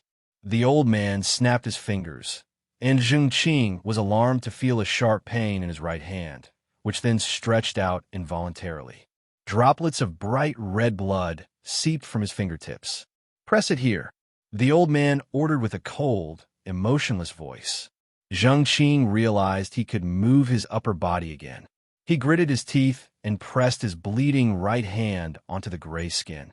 The gray skin felt warm to the touch, and an image of a creature screaming in pain surfaced in Zheng Qing's mind. The blood on his fingertip and the flesh on the gray skin stuck together instantly, blending together. The gray skin seemed to come to life, sucking up the fresh blood from Zheng Qing's fingertips and swallowing the remaining blood and flesh on the surface of the skin. The old man stretched out his hand, hesitated, then withdrew it and pulled out a black law book. He crooked his index finger and tapped on the cover of the book. The book flipped open to the middle, and out floated bits of gray light, sliding out into flowing gray runes. The light and runes formed a fierce gray claw in the air, slowly extending towards Zheng Qing's chest, then slowly retracting. A black light, much like a drop of ink, floated out from Zheng Qing's chest. In his horrified gaze, it aligned with the movement of the gray claw and landed on the skin in his hand, its color growing paler. The black ink drop landed on the skin, and Zheng Qing's fingertips felt another wave of unbearable pain. He could feel the paler skin in his hand greedily sucking his blood. Gradually, he felt dizzy, as though the paler skin in front of him was burning. The old man frowned, his gaze fixed on the diminishing flame on the skin.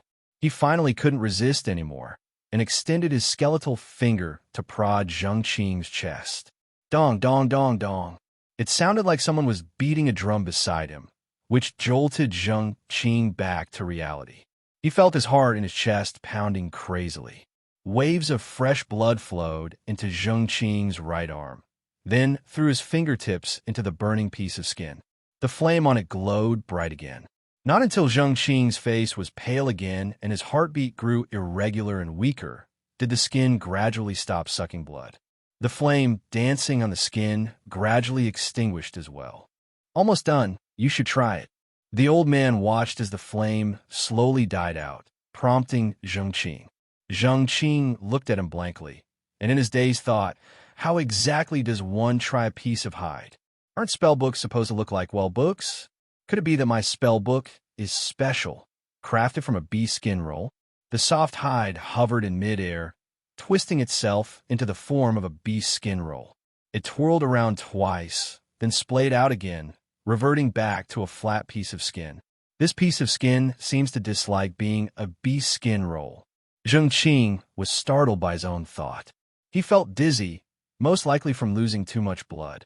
What kind of spellbook do you like? The old man suggested from the side. Shaking his dizzy head, Zheng Qing began to imagine what his spellbook should look like. In midair, the creamy piece of hide molded itself to his ideas, morphing like latex. Soft and pristine cover, blank opening pages, semi-transparent pages, and leather fasteners. Exactly like he had pictured in his mind. Zheng Qing reached out and grabbed it. The spellbook shivered, rustling in satisfaction like a leaf in a breeze. An intimate warmth spread from his palm throughout his body. Zheng Qing sighed deeply, feeling a sense of fulfillment.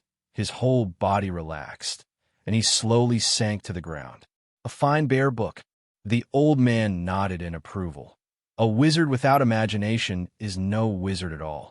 The more detailed your thoughts, the greater the potential of your spellbook. He beckoned, calling the spellbook in Zheng Qing's hand over to him. Any taboos? The old man opened a drawer on the table, displaying an array of scissors, hammers, and chisels, and asked, like, can't touch silver? Or allergic to peachwood? I don't know. Zheng Qing shook his head. Don't know. The old man frowned and then relaxed. Then let's use brass. Brass is gentle in nature and also a good material. In my memory, nobody has a taboo against brass. He tapped his toolbox. Inside were brass pieces, brass nails, and brass fasteners, all neatly lined up. They hopped onto the white spell book, and under the old man's thump-thump hammering, they were obediently flattened and rounded into book nails, embedded feet, and buckle decorations. Having installed the last brass strip on the spine of the book, the old man put down his tools, dusted off his hands, and blew out a breath. Good book. It has potential. I almost regret selling it to you. The wrinkled old man tried to give a smile, then handed the book to Zheng Qing. What was the black stuff you took from me just now? Taking the book, Zheng Qing's mind was still a little muddled. He remembered the black ink droplet the old man had drawn out from his chest with a spell, and his face turned a little pale.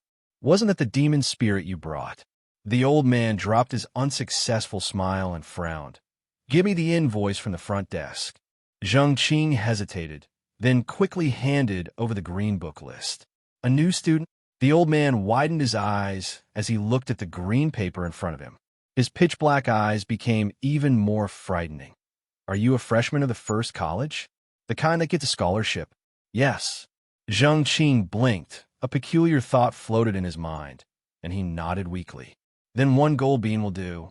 To Zheng Qing's surprise, the old man nodded satisfyingly without saying another word, and closed his eyes again.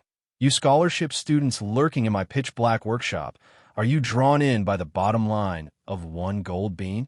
Zheng Qing gave an awkward smile. Your little elf pulled several strands of my hair earlier. He took out the shiny little items from his coat pocket and handed them to the old man, asking in confusion, and gave me these. Normally, they would only pluck a few threads or unbutton some buttons from customers. They are rarely this rude. The old man stretched out his little finger and picked up one of the little crystals with his long fingernail to have a closer look. Not exactly rude. Zheng Qing, thinking about those delicate little fairies, changed his words. More like somewhat unruly. He was a bit worried that the old man might punish those little elves. Not bad. It seems they really do like you. What they gave you isn't broken glass. There was laughter in the old man's voice. When these elves ask for souvenirs from customers, they normally only give them a bit of glass scrap. The items you've got are decent jade shavings, the best stabilizer in the lab. Worth far more than a gold bean. Zheng Qing licked his dry lips, tightening his grip on his creamy wizard's book. He really wanted to invite those little elves to pull his hair again. Maybe they could glean enough, and he would be set for his living expenses for a semester. But such a shameful thought could only remain a thought. He staggered out the door. Thomas was already waiting not far from the bookshop. Seeing Zheng Qing's pale face and futile steps, and hearing about his experiences, Thomas couldn't help but shake his head, saying, "Old Pain has really crossed a line this time. How could he use blood refining to create your wizard's book? Is that very dangerous?" Hearing some sensitive words, Zheng Qing felt a dark curtain come down in front of his eyes. "Not really." Thomas cast a sidelong glance at Zheng Qing and explained, "On the contrary, a wizard's book refined in this way gives a considerable boost to spells and also has great potential for growth. But as you're only a scholarship student, you shouldn't have been treated this way." Maybe he mistook me for someone else. Zheng Qing recalled the situation when he first stepped into the shop and felt uncertain. It's highly possible that he misjudged you. Or maybe he liked what he saw. Old Pain is notoriously whimsical. Thomas took out a jade bottle, poured out a bright red pill, and shoved it into Zheng Qing's mouth. "It's for replenishing blood. Eat it. Otherwise, I'm suspicious that you'll faint after a few more steps.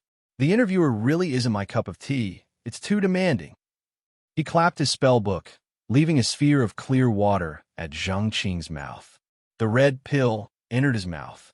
With difficulty, Zheng Qing chewed it a few times, took a few mouthfuls of water, and swallowed it down. He wiped his mouth, and a fierce sensation surged from his stomach to all parts of his body. His face burned. Even his lower body felt somewhat swollen. Is this really just for replenishing blood? It feels weird. Zheng Qing's face turned a deeper shade of red. In a bid to cool himself down, he fanned his new wizard's book, trying to convince himself that his face was hot because of the flush of a restored blood circulation. "You'll learn how to prepare it in your sophomore year." Thomas grinned maliciously and laughed. A lot of sophomores and juniors find this pill, without side effects, quite useful in many places. Of course, that's provided you manage to pass the freshman's exam. Zheng Qing could not ignore Thomas's taunt, and his face turned even redder. "I didn't say anything embarrassing. Why is my face red?" He roared in his heart. The effects of the blood-replenishing pill took hold quickly, but they also faded fast. After resting for a few minutes, Zheng Qing's feverish sensation significantly subsided. He pulled out his pocket watch. It was now 4:10 in the afternoon. Wizards were coming and going in the Four Seasons Pavilion, and the market was still bustling. Zheng Qing lingered, watching these fascinating sights. He knew it was time to leave. The majority of the items listed on his shopping list were already packed in his gray bag. He should go home soon and preview those hefty textbooks. Then he remembered the upgrade examination Thomas had mentioned. Do we have to take an exam to upgrade from the first to the second year? If I fail, will I be advised to leave? Zheng Qing stroked the wizardry book in his hand and sighed with melancholy. I feel like I know nothing. If I fail and have to go home, wouldn't that be a disgrace? At Jiuyo Academy, exams are a basic rule, so don't expect to upgrade from the first to the second year without taking an exam. Thomas cruelly crushed Zheng Qing's spark of hope. Of course, there are other ways. Zheng Qing's eyes lit up instantly. He looked hopefully at his interviewer. You can choose to transfer to another academy at midterm, provided that your credits meet the transfer requirements. As far as I know, transfer credit requirements are even higher than the upgrade requirements. And at Jiuyo Academy, Thomas shrugged, the majority of ways to acquire credits still involve taking exams. Zheng Qing, disheartened, lowered his head and stuffed his law book into his gray bag. He had heard plenty of stories about transfer admissions from his grandfather. For example, some universities had first-tier academies, but also supported second-tier and even third-tier academies. Some students with resources but less than exceptional college entrance exam results would enter second-tier academies at the arrangement of their elders. Then, through maneuvering, they would switch majors or transfer into a first-tier academy. As a fledgling wizard, however, he didn't have the means to operate such high-level projects. If you fail the upgrade exam, you won't be advised to leave immediately. The school generally gives students 1 or 2 chances.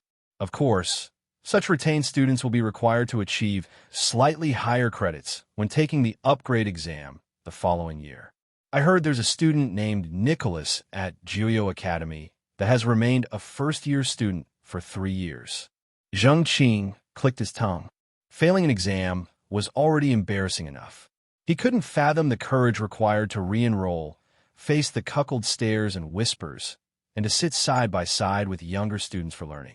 What kind of pressure that student who had spent 3 years in the first year must have endured.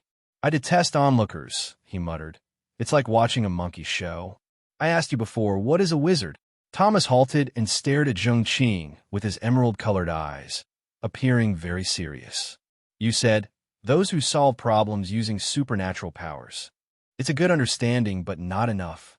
In history, a great wizard once said, 'I think, therefore I am.' If magic represents mystery, unknown, and power, then wizards possess mystery, unknown, and power. When they think of something, they can make it happen. This is what defines a wizard." Looking at Zheng Qing, who seemed deep in thought, he added, "You should learn to abandon the previous logic in your mind. Magic doesn't conform to logic." Zheng Qing shivered. Thomas's phrase, "magic does not conform to logic," was exceedingly overbearing. He felt his breath trembling, not from cold, not from fear, but excitement. Some spend their lifetime only able to swirl a few tiny fireballs. Yet some, even at a young age, can create astonishing celestial phenomena. These are disparities in potential. The University of First Rate admits you based on your potential. Beta Town has thousands of tricksters, and some of them can perform tricks that dazzle even real magicians. But those are just tricks, he explained. You just need to learn how to control your power and why you should do it rather than accumulating power. Power accumulation is a lifelong undertaking and won't greatly advance during a few years in school. For you, maybe you can't cast profound spells like others immediately after joining the school, but you can understand the professor's words. That's enough. Zheng Qing stared at Thomas's emerald eyes and nodded. Eventually, his curiosity got the better of him. "I always feel like I've seen you somewhere before. Of course, before today. Do you have the same impression?" Wizards typically have a strong curiosity, but we have other matters to consider now. Thomas diverted his gaze, looking towards the street. The atmosphere on the street doesn't seem right. Zheng Qing propped himself up on his shoulder, stood on tiptoes, and looked towards the end of the street. Indeed, the far end of the street appeared rather chaotic. The neon lights are flashing. Zheng Qing squinted his eyes and asked curiously, "Are the neon lights supposed to be on before it's dark?" The world of wizards is indeed strange. Without a word, Thomas took out his brown wizard's book, flipped it open, and slapped it hard. A layer of pale blue glow emerged around the pair. Zheng Qing steadied himself and realized what was happening. In the blink of an eye, brilliant colors spread across the whole street. It was as if it were the twilight when the street lights just turned on, with neon lights flashing one by one. All wizards on the street enveloped themselves with these glittering light curtains. An ear-piercing roar accompanied the colorful flashes, sounding rather urgent. The ground beneath them gently trembled. Zheng Qing nervously looked in the distance.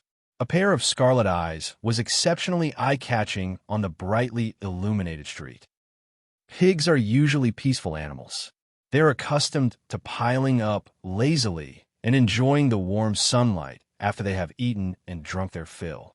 Even if you poke them with a stick at that time, all you'll get back are some disgruntled grunts. Wild boars, on the other hand, are dangerous animals.